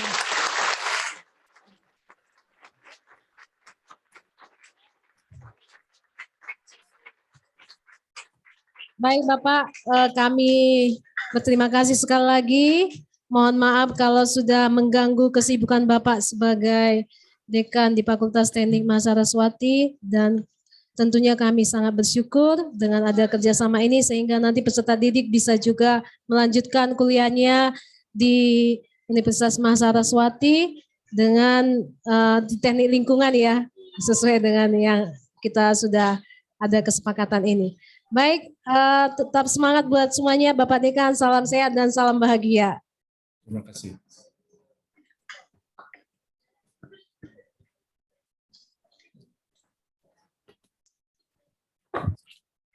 Oke, jadi baik. Terima kasih kepada Bapak Dekan Fakultas Teknik Universitas Mahasiswati Denpasar dan Ibu narasumber Ibu Sinta Maharani. Kami keluarga besar SMA Negeri 3 Waingapu, Kabupaten Sumba Timur, Provinsi Nusa Tenggara Timur, mengucapkan terima kasih yang sebesar-besarnya atas keluangan waktunya Bapak Dekan bersama Ibu Sinta untuk memberikan kami ilmu-ilmu atau mensosialisasikan kami tentang pengolahan limbah organik maupun non-organik. Terima kasih Bapak Dekan. Terima kasih. Ini untuk ekoenzimnya kan belum. Apa dilanjutkan sekarang? Oh iya, kita lanjut Bapak. Ya. Ekoenzim. Ya. Untuk waktunya sampai jam berapa kami diberikan kesempatan kira-kira?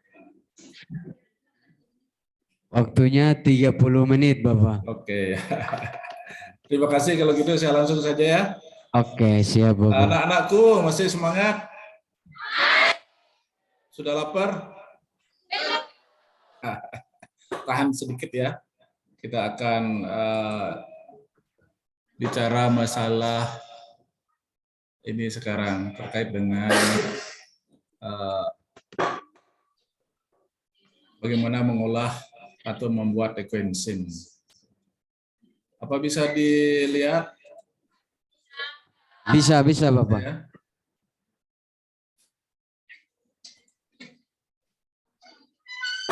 Oke, jadi semboyan untuk ekoenzim adalah bersama kita bisa untuk merawat bumi. Itu yang terpenting ya. Jadi memang cita-citanya secara internasional. Sebentar saya sampaikan kenapa seperti itu ya. Jadi kalau anak-anak yang sudah ngantuk, usahakan agak melek sedikit karena ini sangat penting ya. Ini sudah mendunia ya, dan saya yakin di Sumba Timur terutama, karena saya pernah ke sana ya, di sana juga sudah ada komunitas untuk pembuatan ekoenzim. dan Sumba ternyata luar biasa. I love Sumba, I love Waingapu ya. Terima kasih. Jadi apa yang disampaikan oleh Bu Sinta tadi, mudah-mudahan nanti kita bisa ke sana lagi ya. Karena sebenarnya ini sudah diundang lagi, alumni kita banyak di sana dan banyak yang juga menjabat, banyak yang bisnis ya, yang menjabat juga ada di PUPR, ada di kalau yang di Pokdas lain, ada yang di sekolah-sekolah juga banyak itu ya. Mudah-mudahan kita bisa ke sana nanti, kita ketemu lagi ya. Oke, sebenarnya saya tidak ini ya, untuk waktu tidak masalah. Kalau untuk ekoenzim, ya kalau di Bali kita sudah keliling sampai ke pelosok-pelosok, diminta atau tidak kita datang, dan biasanya saya bawa oleh-oleh. Oleh-oleh saya itu ya pasti adalah produk ekoenzim. Kemudian olahan dari ekoenzim itu apakah dia berupa hand sanitizer, kemudian sabun, itu yang biasanya yang menjadi oleh-oleh kita. Tapi karena kita secara online ya, mohon maaf ini. Jadi informasi ini juga sangat penting. Nanti untuk oleh-olehnya silahkan dibuat di sana. Saya terakhir buat plastik enzim, ya jauh lebih bermanfaat plastik enzim itu nanti. Cuman saya belum panen ya. Tapi kalau ingin itu sudah diperjualbelikan. Kalau tidak salah 1 liter itu harganya 250.000 ya di Bali. Kalau di Sumba saya kurang tahu. Oke, karena waktunya terbatas, saya akan sampaikan di sini apa sih yang setelah sosialisasi ini apa sih harus kita ketahui. Yang pertama, apa itu ekoenzim? Saya yakin sudah pada tahu, tapi lebih detail, lebih konkretnya seperti apa. Siapa penemu ekoenzim? Kemudian mengapa ekoenzim itu diperlukan? Nah, kalau demonya nanti silakan. Mudah-mudahan ada waktu saya akan putarkan sedikit cuplikan video ya. Biasanya kalau ini saya langsung bawa materi ya, langsung kita demokan. Jadi semuanya paham, kita berharap sudah mengerti semuanya, kemudian bisa buat sendiri. Kemudian apa sih manfaat ekoenzim? Nah, terakhir inilah nanti silakan praktekkan nomor 6 ini, pembuatan ekoenzim di rumah masing-masing. Ya. Nah, kemudian kalau kita melihat sampah, kalau tadi Bu Sinta ada foto-foto sampah juga, ya. Kalau ini ya sampah organiknya seperti inilah kira-kira ya. Ya, ini nggak usah biar nggak mengulang lagi. Nah, kemudian apa itu ekoenzim? Ekoenzim adalah cairan serbaguna hasil fermentasi selama minimal 90 hari atau 3 bulan. Jadi ada 3 garis besar di sana, sisa buah dan sayuran, tapi tidak semua sisa buah dan sayuran yang bisa kita pakai. Nanti saya jelaskan apa saja. Kemudian gula merah, ya gula merah kemarin saya ketemu di sana di Sumba itu banyak sekali sumbernya di sana, ya dan harganya tidak begitu mahal. Yang ketiga adalah air, ya. Jadi 3 bahan ekoenzim itu adalah sisa buah dan sayuran, gula merah dan air, ya. Kemudian apa sih keistimewaan ekoenzim? Larutan ekoenzim itu adalah multi enzim. Dia memiliki jenis enzim yang sangat banyak karena berasal dari sayuran dan buah-buahan. Ya. Kemudian proses anaerob di dalamnya ya menghasilkan mikroba. Setiap jenis enzim yang memiliki fungsi sangat penting dalam suatu proses biokimia. Ya, oleh karena itu ekoenzim memiliki banyak sekali manfaat di bidang kesehatan. Ya, sebentar saya akan jelaskan. Ya, ada di bidang kesehatan, di bidang pertanian, ya, terutama tentang perbaikan lingkungan. Kalau di Bali setiap hari lingkungan hidup sedunia itu dilakukan penyemprotan ekoenzim ke udara di seluruh kabupaten. Ya, semua komunitas ekoenzim di masing-masing kabupaten itu misalnya turun untuk melakukan penyemprotan. Nah, yang kedua tadi, siapa sih penemu ekoenzim? Penemu ekoenzim adalah Dr. Rusukwan Ponpanpong. Ya, beliau orang Thailand. Jadi sebagai pendiri Asosiasi Pertanian Organik di Thailand. Ya, beliau itu melakukan penelitian sejak tahun 1980 selama 30 tahun. Kalau 30 tahun berarti di 80 ditambah 30 ya mungkin 2010 baru dihasilkan produk ekoenzim ini baru diluncurkan. Nah, sayangnya kita agak susah sekarang berkomunikasi dengan beliau karena beliau sudah menjadi seorang biksuni. Ya. Tapi jangan khawatir, karena cita-cita beliau dilanjutkan oleh seorang ini juga, Dr. Juan On, seorang peneliti naturopati dari Penang ya. Jadi terkait bagaimana beliau bisa melakukan penelitian tentang pengobatan alternatif. Nah ini kalau Dr. Juan On bisa kita komunikasi, silakan nanti kita klik ininya alamat-alamatnya atau medsosnya ya, silakan komunikasi, beliau pasti akan menjawab apapun pertanyaan kita terkait dengan ekoenzim. Nah ini dua orang ini yang betul-betul berjasa, dan beliau terutama Dr. Rusukon Pumpampong ini sengaja tidak mendaftarkan temuannya ini di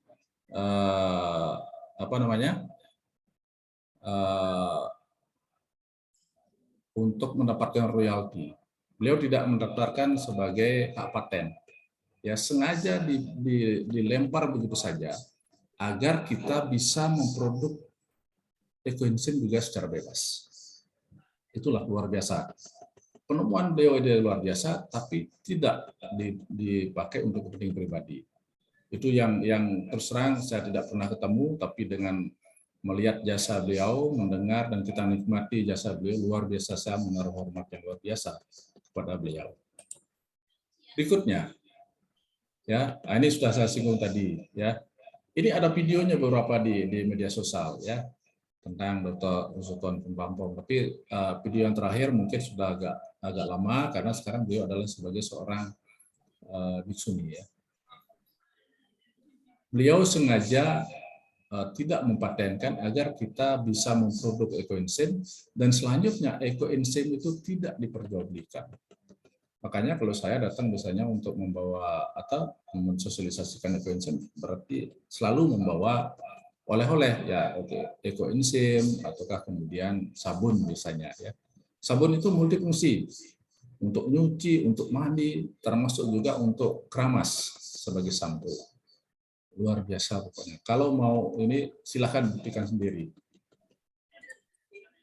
Agak cepat sedikit. Nah, mengapa ekoenzim? Dengan membuat ekoenzim, kita mengurangi beban TPA. Mungkin di daerah Sumba belum begitu bermasalah. Di Bali ini sudah menjadi masalah yang serius.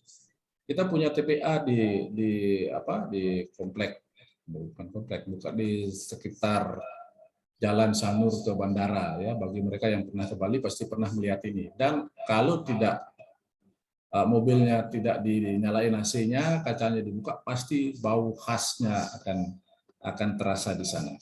Ya. Karena TPA itu sekarang sudah mulai di stop ya. Diharapkan sesuai dengan disampaikan oleh Bu Sinta tadi, Gubernur sudah mengeluarkan kebijakan atau sebuah peraturan bahwa sampah itu harus diolah di sumbernya. Dari mana didapatkan sampah harus diolah di sana, tidak ada pembuangan ke TPA lagi. Nah, dari data yang ada, kalau di Bali 60% sampah yang terbuang ke TPA itu adalah sampah organik. Sedangkan secara nasional di Indonesia sampah yang dihasilkan per tahun puluhan ton itu 70% adalah sampah organik. Ya, dari 70% sampah organik itu sekitar 60% itu semestinya bisa diolah menjadi ekoenzim. Nah itu yang menjadi data yang dapat saya sampaikan ya. Nah kemudian ini untuk pengalaman di Bali tahun 2019 kalau salah pernah terjadi kebakaran.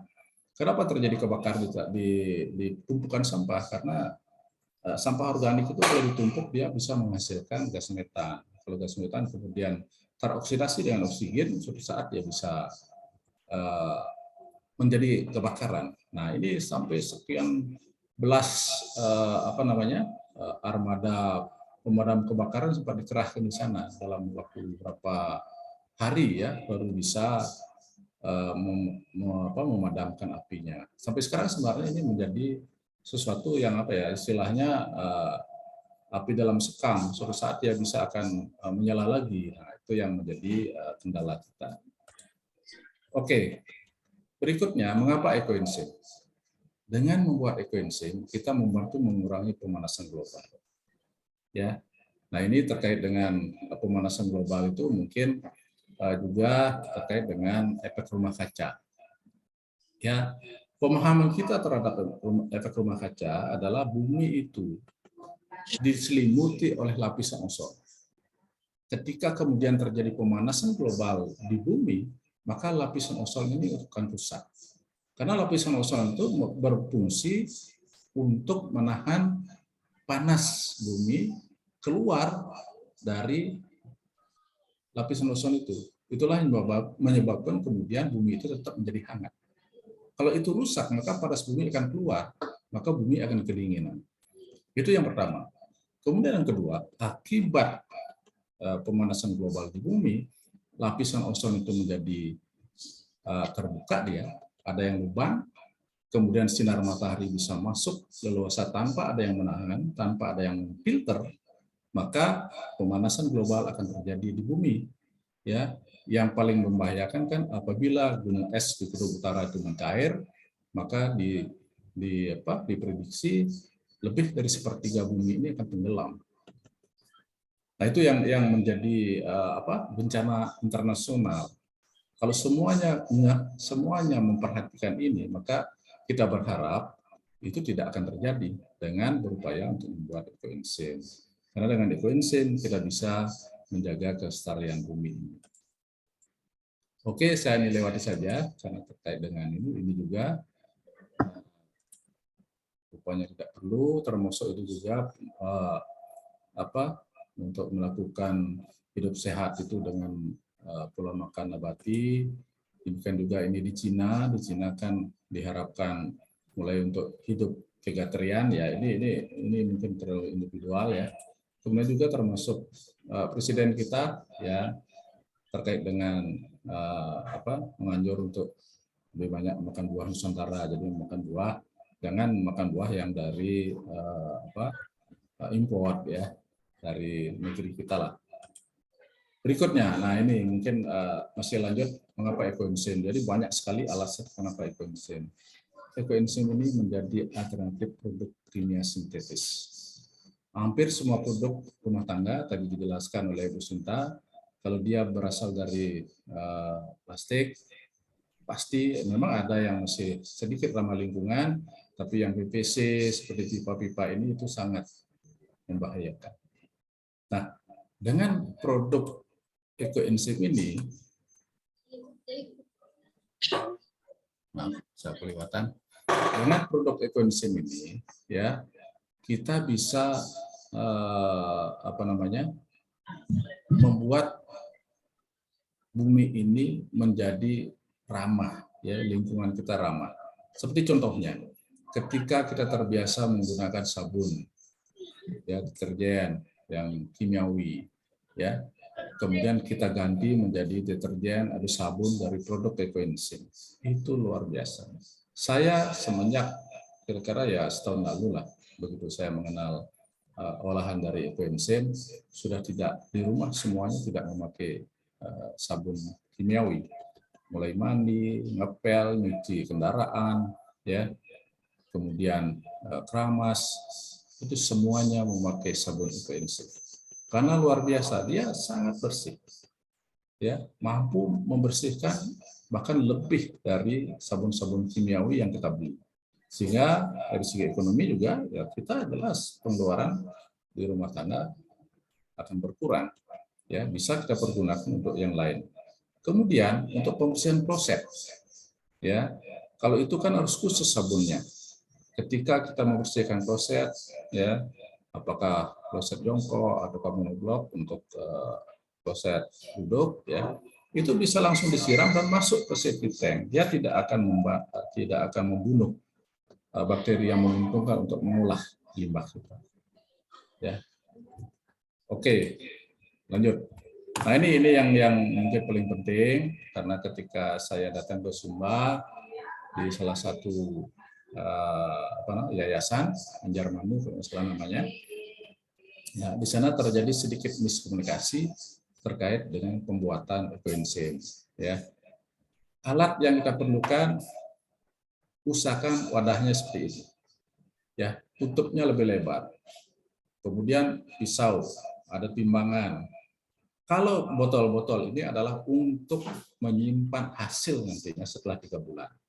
Ya, ini ada ya gelas ukur. Ya, kalau memang semestinya untuk ini tidak terlalu ini, yang penting ada timbangan, semuanya ditimbang, tidak perlu diukur lagi. Ini boleh-boleh. Nah, kalau lakban itu adalah untuk menutup. Kalau tutupnya ini adalah, nah kalau ini kan kaleng atau ember bekas cat tembok, ya itu bisa dipakai. Dan ini kita juga usah beli, mungkin habis membangun atau habis ngecat tembok, kita bisa ambil untuk pembuatan ekoenzim. Ya, nah terkait dengan ini yang terjadi kemarin, ya di sana membuat ekoenzim dengan botol-botol seperti ini. Kemudian pada saat dia ini katanya seminggu pertama tidak ditutup rapat, tapi ditutup plastik, kemudian dilubangi. Jadi pasti gagal. Karena untuk ekoenzim itu adalah anaerob. Dia harus sama sekali tidak boleh ada berhubungan dengan udara. Tertutup rapat. Ya, makanya pasti gagal di sana. Tapi gagalnya tidak gagal total semestinya. Kalau misalnya sudah terlanjur seperti ini, mungkin adik-adik, anak-anak yang sudah terlanjur membuat seperti ini, kemudian dilubangi plastiknya, silakan itu bisa dipakai untuk pupuk. Ya, tapi untuk ekoenzim pasti gagal. Oke lah ini. Ya, saya sempat di rumah. Nah, terakhir saya membuat plastik enzim karena itu bahannya dari madu ya. Saya pakai galon air ya, mineral ya. Nah, kemudian setiap hari pagi dan sore saya harus buka tutupnya sedikit, ya. Buka tutupnya kan karena tutup mineral itu kan pakai drat ya. Buka sedikit, nah gitu. Begitu dia keluar sampai berhenti, kita tutup lagi. Nah, sempat pengalaman terakhir kemarin kalau nggak salah, saya buka lama agak bunyi dia, mungkin masih tertutup. Ternyata dratnya itu hanya sedikit, mungkin hanya diputar 1,5, sudah terbuka, airnya meledak, ya semuanya hampir setengah keluar itu, karena ya di kandungan buah itu kalau plastik enzim itu memang memakai buah yang segar, yang siap kita minum. Bukan kalau ekoenzim kan sisanya boleh, kulitnya boleh, ya, yang sudah agak tidak busuk ya, atau busuk yang penting tidak ada ulatnya atau baunya tidak berbau yang jelek gitu ya, masih bau buah, itu masih bisa dipakai kalau untuk ekoenzim. Kira-kira itu untuk alat-alat ya, silakan boleh betul-betul dicermati. Saya berharap nanti memang adik-adik semuanya harus bikin ekoenzim ya, karena alasan seperti tadi mengapa ekoenzim itu ya. Nah, lebih detail, bahan plastik boleh besar dan kecil. Kalau ini jangan dipakai, karena ini untuk bahan yang memiliki lubang mulut kecil, ketika terjadi gas di sini maka gasnya terkonsentrasi di sini ya, maka dia bisa meledak. Kalau dia lebih lebar mulut jadi ini di sini, dia tidak meledak ketika kita buka. Kalau di sini dibuka meledak dia. Nah, ini meledaknya memang tidak membahayakan ya, paling kita belepotan oleh buah-buahan itu dan sayur-sayuran. Nah, jangan memakai botol kaca karena rentan untuk pecah. Jangan memakai yang dari besi atau stainless karena rentan karatan dia ya. Yang terbaik yang ini ya. Saya punya beberapa, mungkin sekitar sekarang ada 25 ya, 25 gentong ini kapasitasnya 50 liter ya. Sebenarnya sudah siap panen ya. Cuman saya panen juga agak ini karena perlu waktu dan perlu tenaga juga ya. Saya panen baru 2 gentong ya. Jadi kalau teman-teman yang di Bali, kalau dia datang ke rumah ada stok yang saya kasih. Oke. Nah ini cara membuatnya. Rumusnya adalah bio ini adalah kalau ke plat kendaraan 1, 3, 10 begitu ya. Jadi sebenarnya bio, ya kalau namanya ada bio gitu misalnya, kan platnya jadi cantik seperti itu ya. 1, 3, 10. Satunya adalah gula, 3-nya adalah sisa buah dan sayuran, 10-nya adalah air. Ya, kalau kita memakai perbandingan berat, berarti dia silakan ditimbang semuanya. Ya, tapi usahakan jangan memakai perbandingan volume, karena nanti akan bisa sedikit berbeda hasilnya. Jadi kata kuncinya adalah 1, 3, 10. Tolong diingat. 1, 3, 10.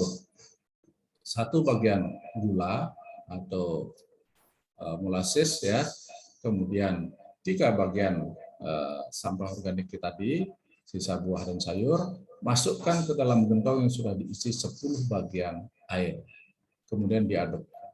Biasanya kalau saya di rumah, gulanya terlebih dulu kita cincang, mudah-mudahan sempat putar video sebentar, masukkan ke air, kemudian kita aduk sampai betul-betul larut gulanya, kemudian kita baru masukkan sisa buah sayur yang akan sudah kita timbang, ya, kemudian dicincang juga biar gampang nanti terurai, masukkan ke sini, kemudian ditutup rapat.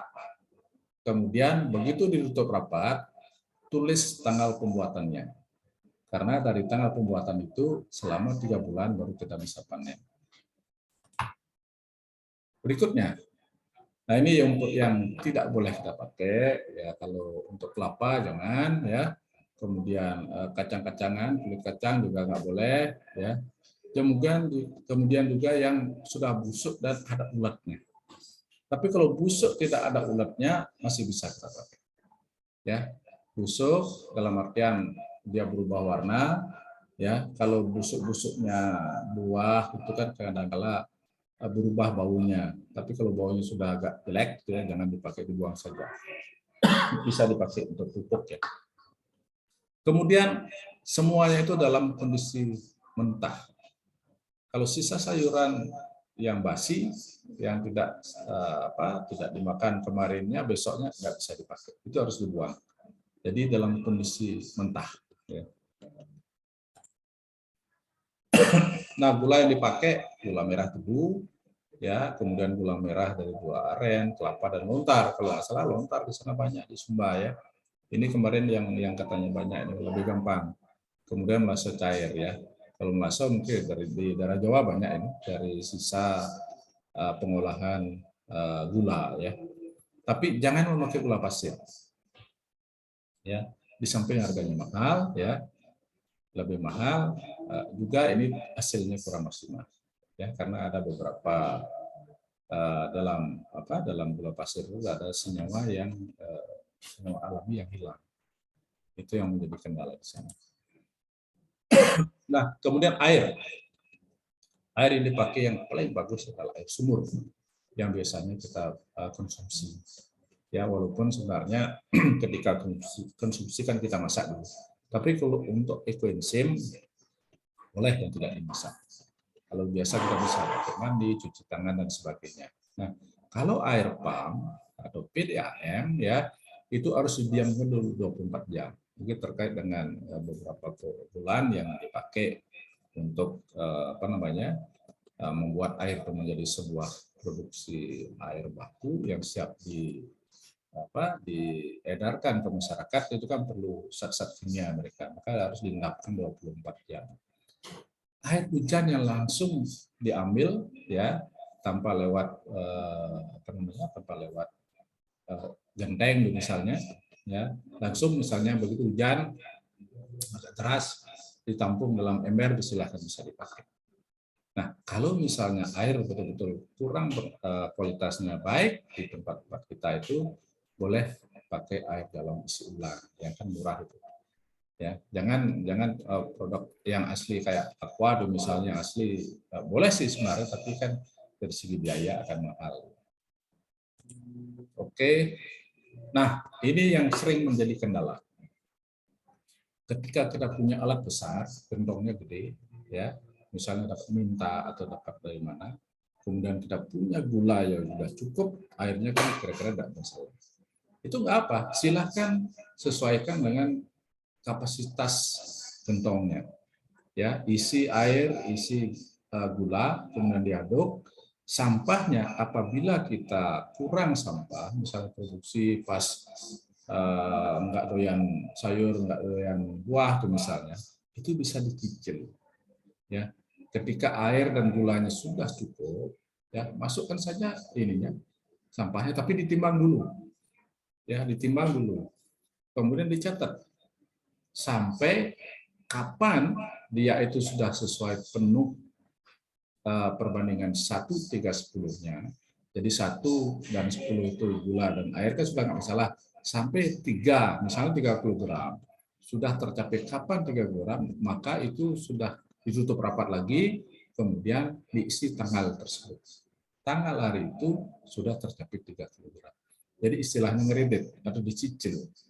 Ya, tapi kalau saya nggak pernah nyicil, karena apa? Karena saya sering jadi pemulung. Saya punya langganan 2 dagang buah, kemudian 2 dagang es buah. Ya, yang paling banyak produksinya adalah dagang es buah. Ya, sisa kulit-kulitnya itu. Ya, tapi jangan pakai kulit ini, kulit apokat, karena dia banyak ininya lemak. Kadang-kala duren itu nggak boleh dipakai. Nah, itu nangka juga nggak. Ya, yang lainnya kan banyak, buah naga, ya, jeruk, pasti banyak. Nah, itu biasanya kita, kalau mau memproduksi ini, saya bisa memproduksi banyak kan karena kita jadi pemulung. Ya. Nah, itu yang menjadi trik untuk mencicil.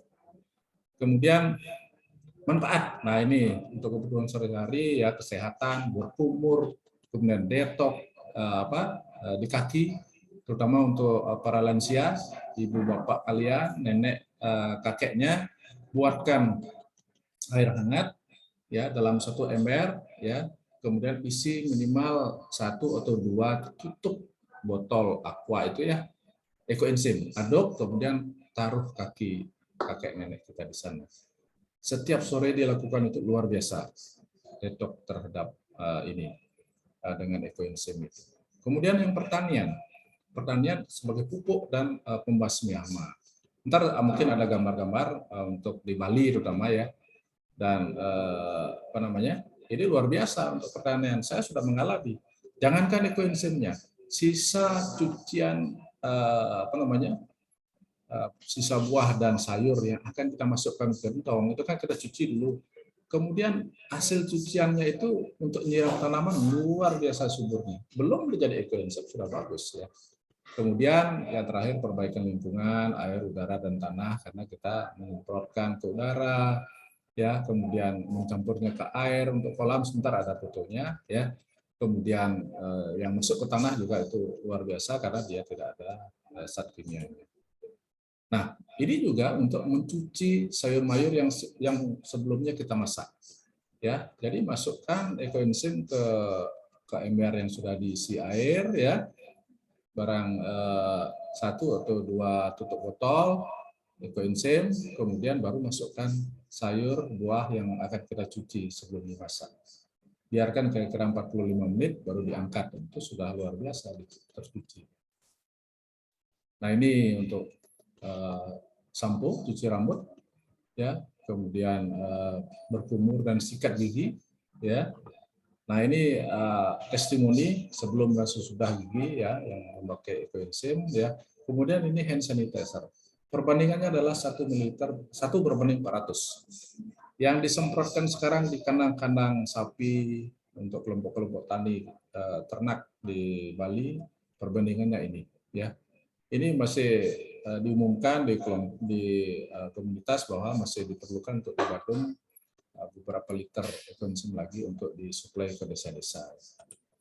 Kemudian pel lantai, ya, cuci toilet, ya, untuk bahan-bahan ini, alat-alat kita yang ditempel lemak ini bagus sekali untuk nyucinya, ya. Kemudian cuci piring, cuci pakaian. Nah, ini sudah saya sudah membuktikan langsung, ya. Testimoninya sudah langsung saya lakukan, ya. Kemudian, nah, ini di BNDCC.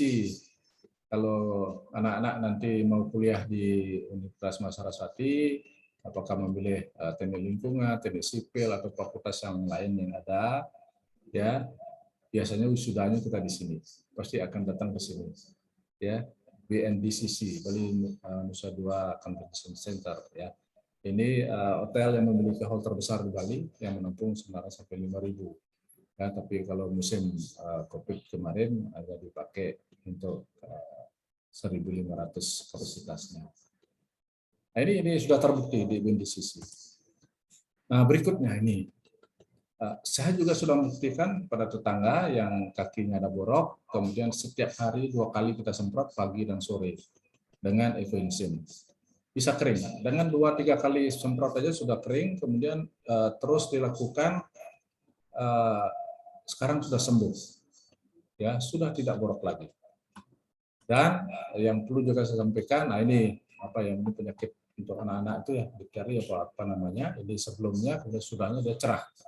Ya, ini yang jelas bukan rekayasa ya, ini kenyataan. Nah, ini yang saya bilang tadi untuk detox direndam ya, kakinya direndam ya. Dan mungkin tidak ada di slide ini. Kalau saya setiap sore habis mandi, kalau mau kerja apa di depan laptop atau nonton TV, kaki saya semprot dengan Ecoenzym. Ya, saya semprot dengan Ecoenzym kayak sanitizer itu, nyamuknya nggak mau mendekat. Ya. Kalau sebelumnya lupa, nyamuknya datang ya pasti digigit kaki, ya, tapi kalau sudah disemprotkan nggak mau datang dia. Jadi ini lumayan untuk Ecoenzym ya. Oke, untuk pertanian ini hasil-hasil yang memakai Ecoenzym, ini yang tidak. Ya demikian juga tanah-tanah subur, umbian juga bagus, sukses buah-buahan ya. Ini umbi apa? Dalam pohon bagus sekali hasilnya dengan memakai pupuk yang di sawah. Menyemprotnya juga pakai Ecoenzym. Hasilnya seperti ini. Ya, ini saya sempat lihat di daerah Mumi, ya padinya masih menguning tapi batangnya masih hijau ya. Berarti masih kokoh ya. Ya untuk menahan padi yang ada di atasnya ya. Jadi dia masih kuat sehingga dia tidak rebah.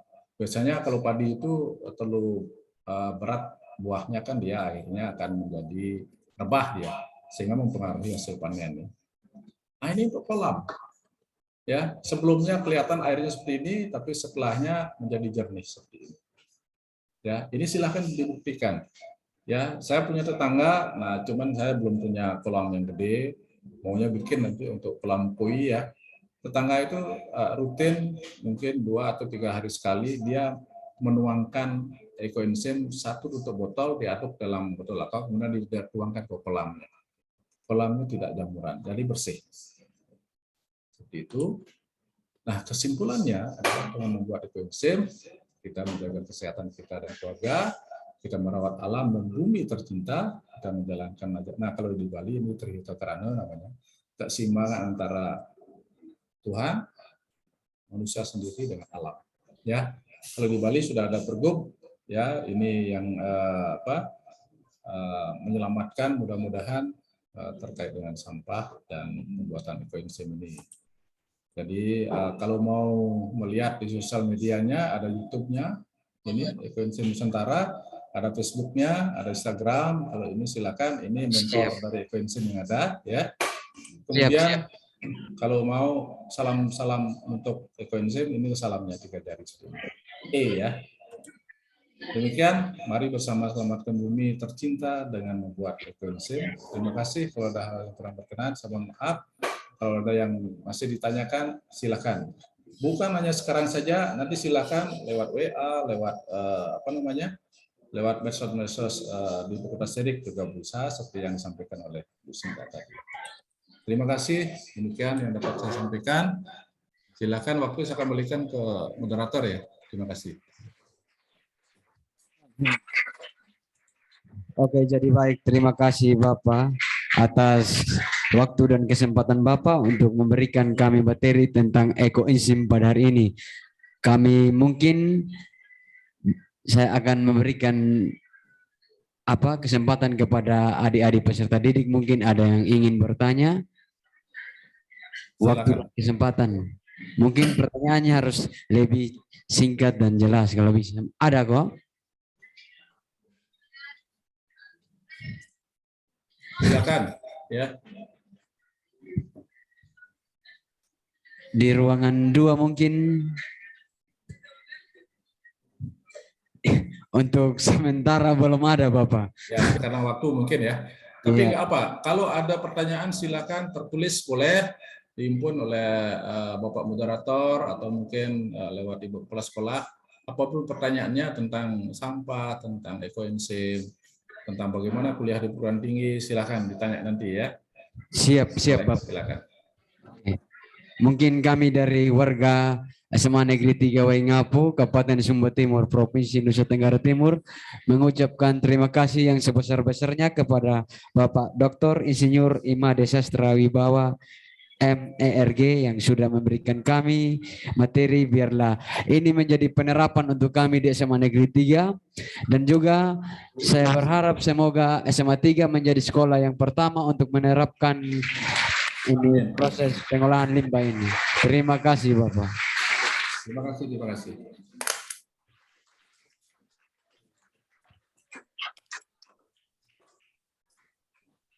Silakan untuk waktu berikutnya gimana? Apakah sudah bisa berakhir?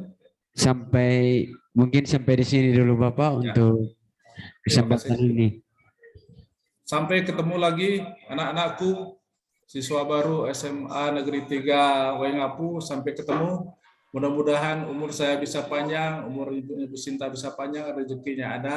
Kita akan ke Sumba lagi. Saya cinta Sumba. Saya senang naik kuda di Sumba ya. Saya senang ada pantainya yang luar biasa indah di sana. Mungkin Terima bisa kasih. minta dokumentasinya Bapak dengan salam ekoenzim mungkin. Oh ya, silakan ya. Namanya. Pak Yoga, tolong disiapkan. Ayo sama-sama kita salam ekoenzim. Oh, tangan kanan ya. Biar Tangan kanan. diabadikan dengan Bapak host dari Unmas. Ya, Pak Yoga tolong diabadikan. Semuanya anak-anak, ayo salam 3 jari. Ekoenzim seperti ini.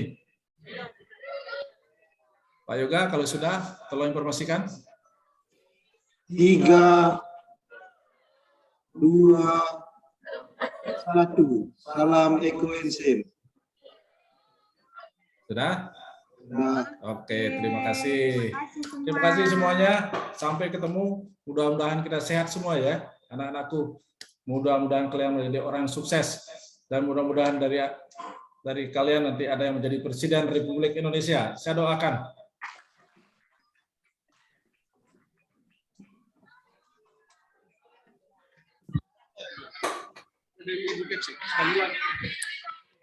Sekali lagi mungkin Bapak untuk foto bersama dengan Ibu Kepsek. Oh iya, silakan, silakan. Ibu Oh, Kepsek, sekolah. Mohon maaf.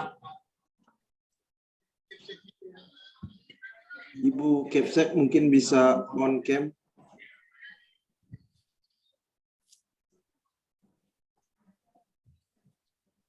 Bu Kepala belum dibuka videonya. Ibu Kepsek belum membuka, masih di ruangannya tadi Bapak. Oh ya, ini beliau. Ya. Salam ekoenzim. Salam ekoenzim, Bu. Gini tangannya, Ibu. Tangannya begini, 3. Ya, terima kasih. Anak-anak diulang lagi salam ekoenzimnya. 3, 2, 1. Siap, sudah. Sudah, terima kasih. Terima kasih Bu Kepala Sekolah, Bu Juniati. Sampai ketemu lagi nanti, mudah-mudahan kita bisa ke Sumba lagi. Dan Ibu kalau ke Denpasar silakan mampir. Nanti kontak-kontak Bu Agung. Terima kasih Bu ya.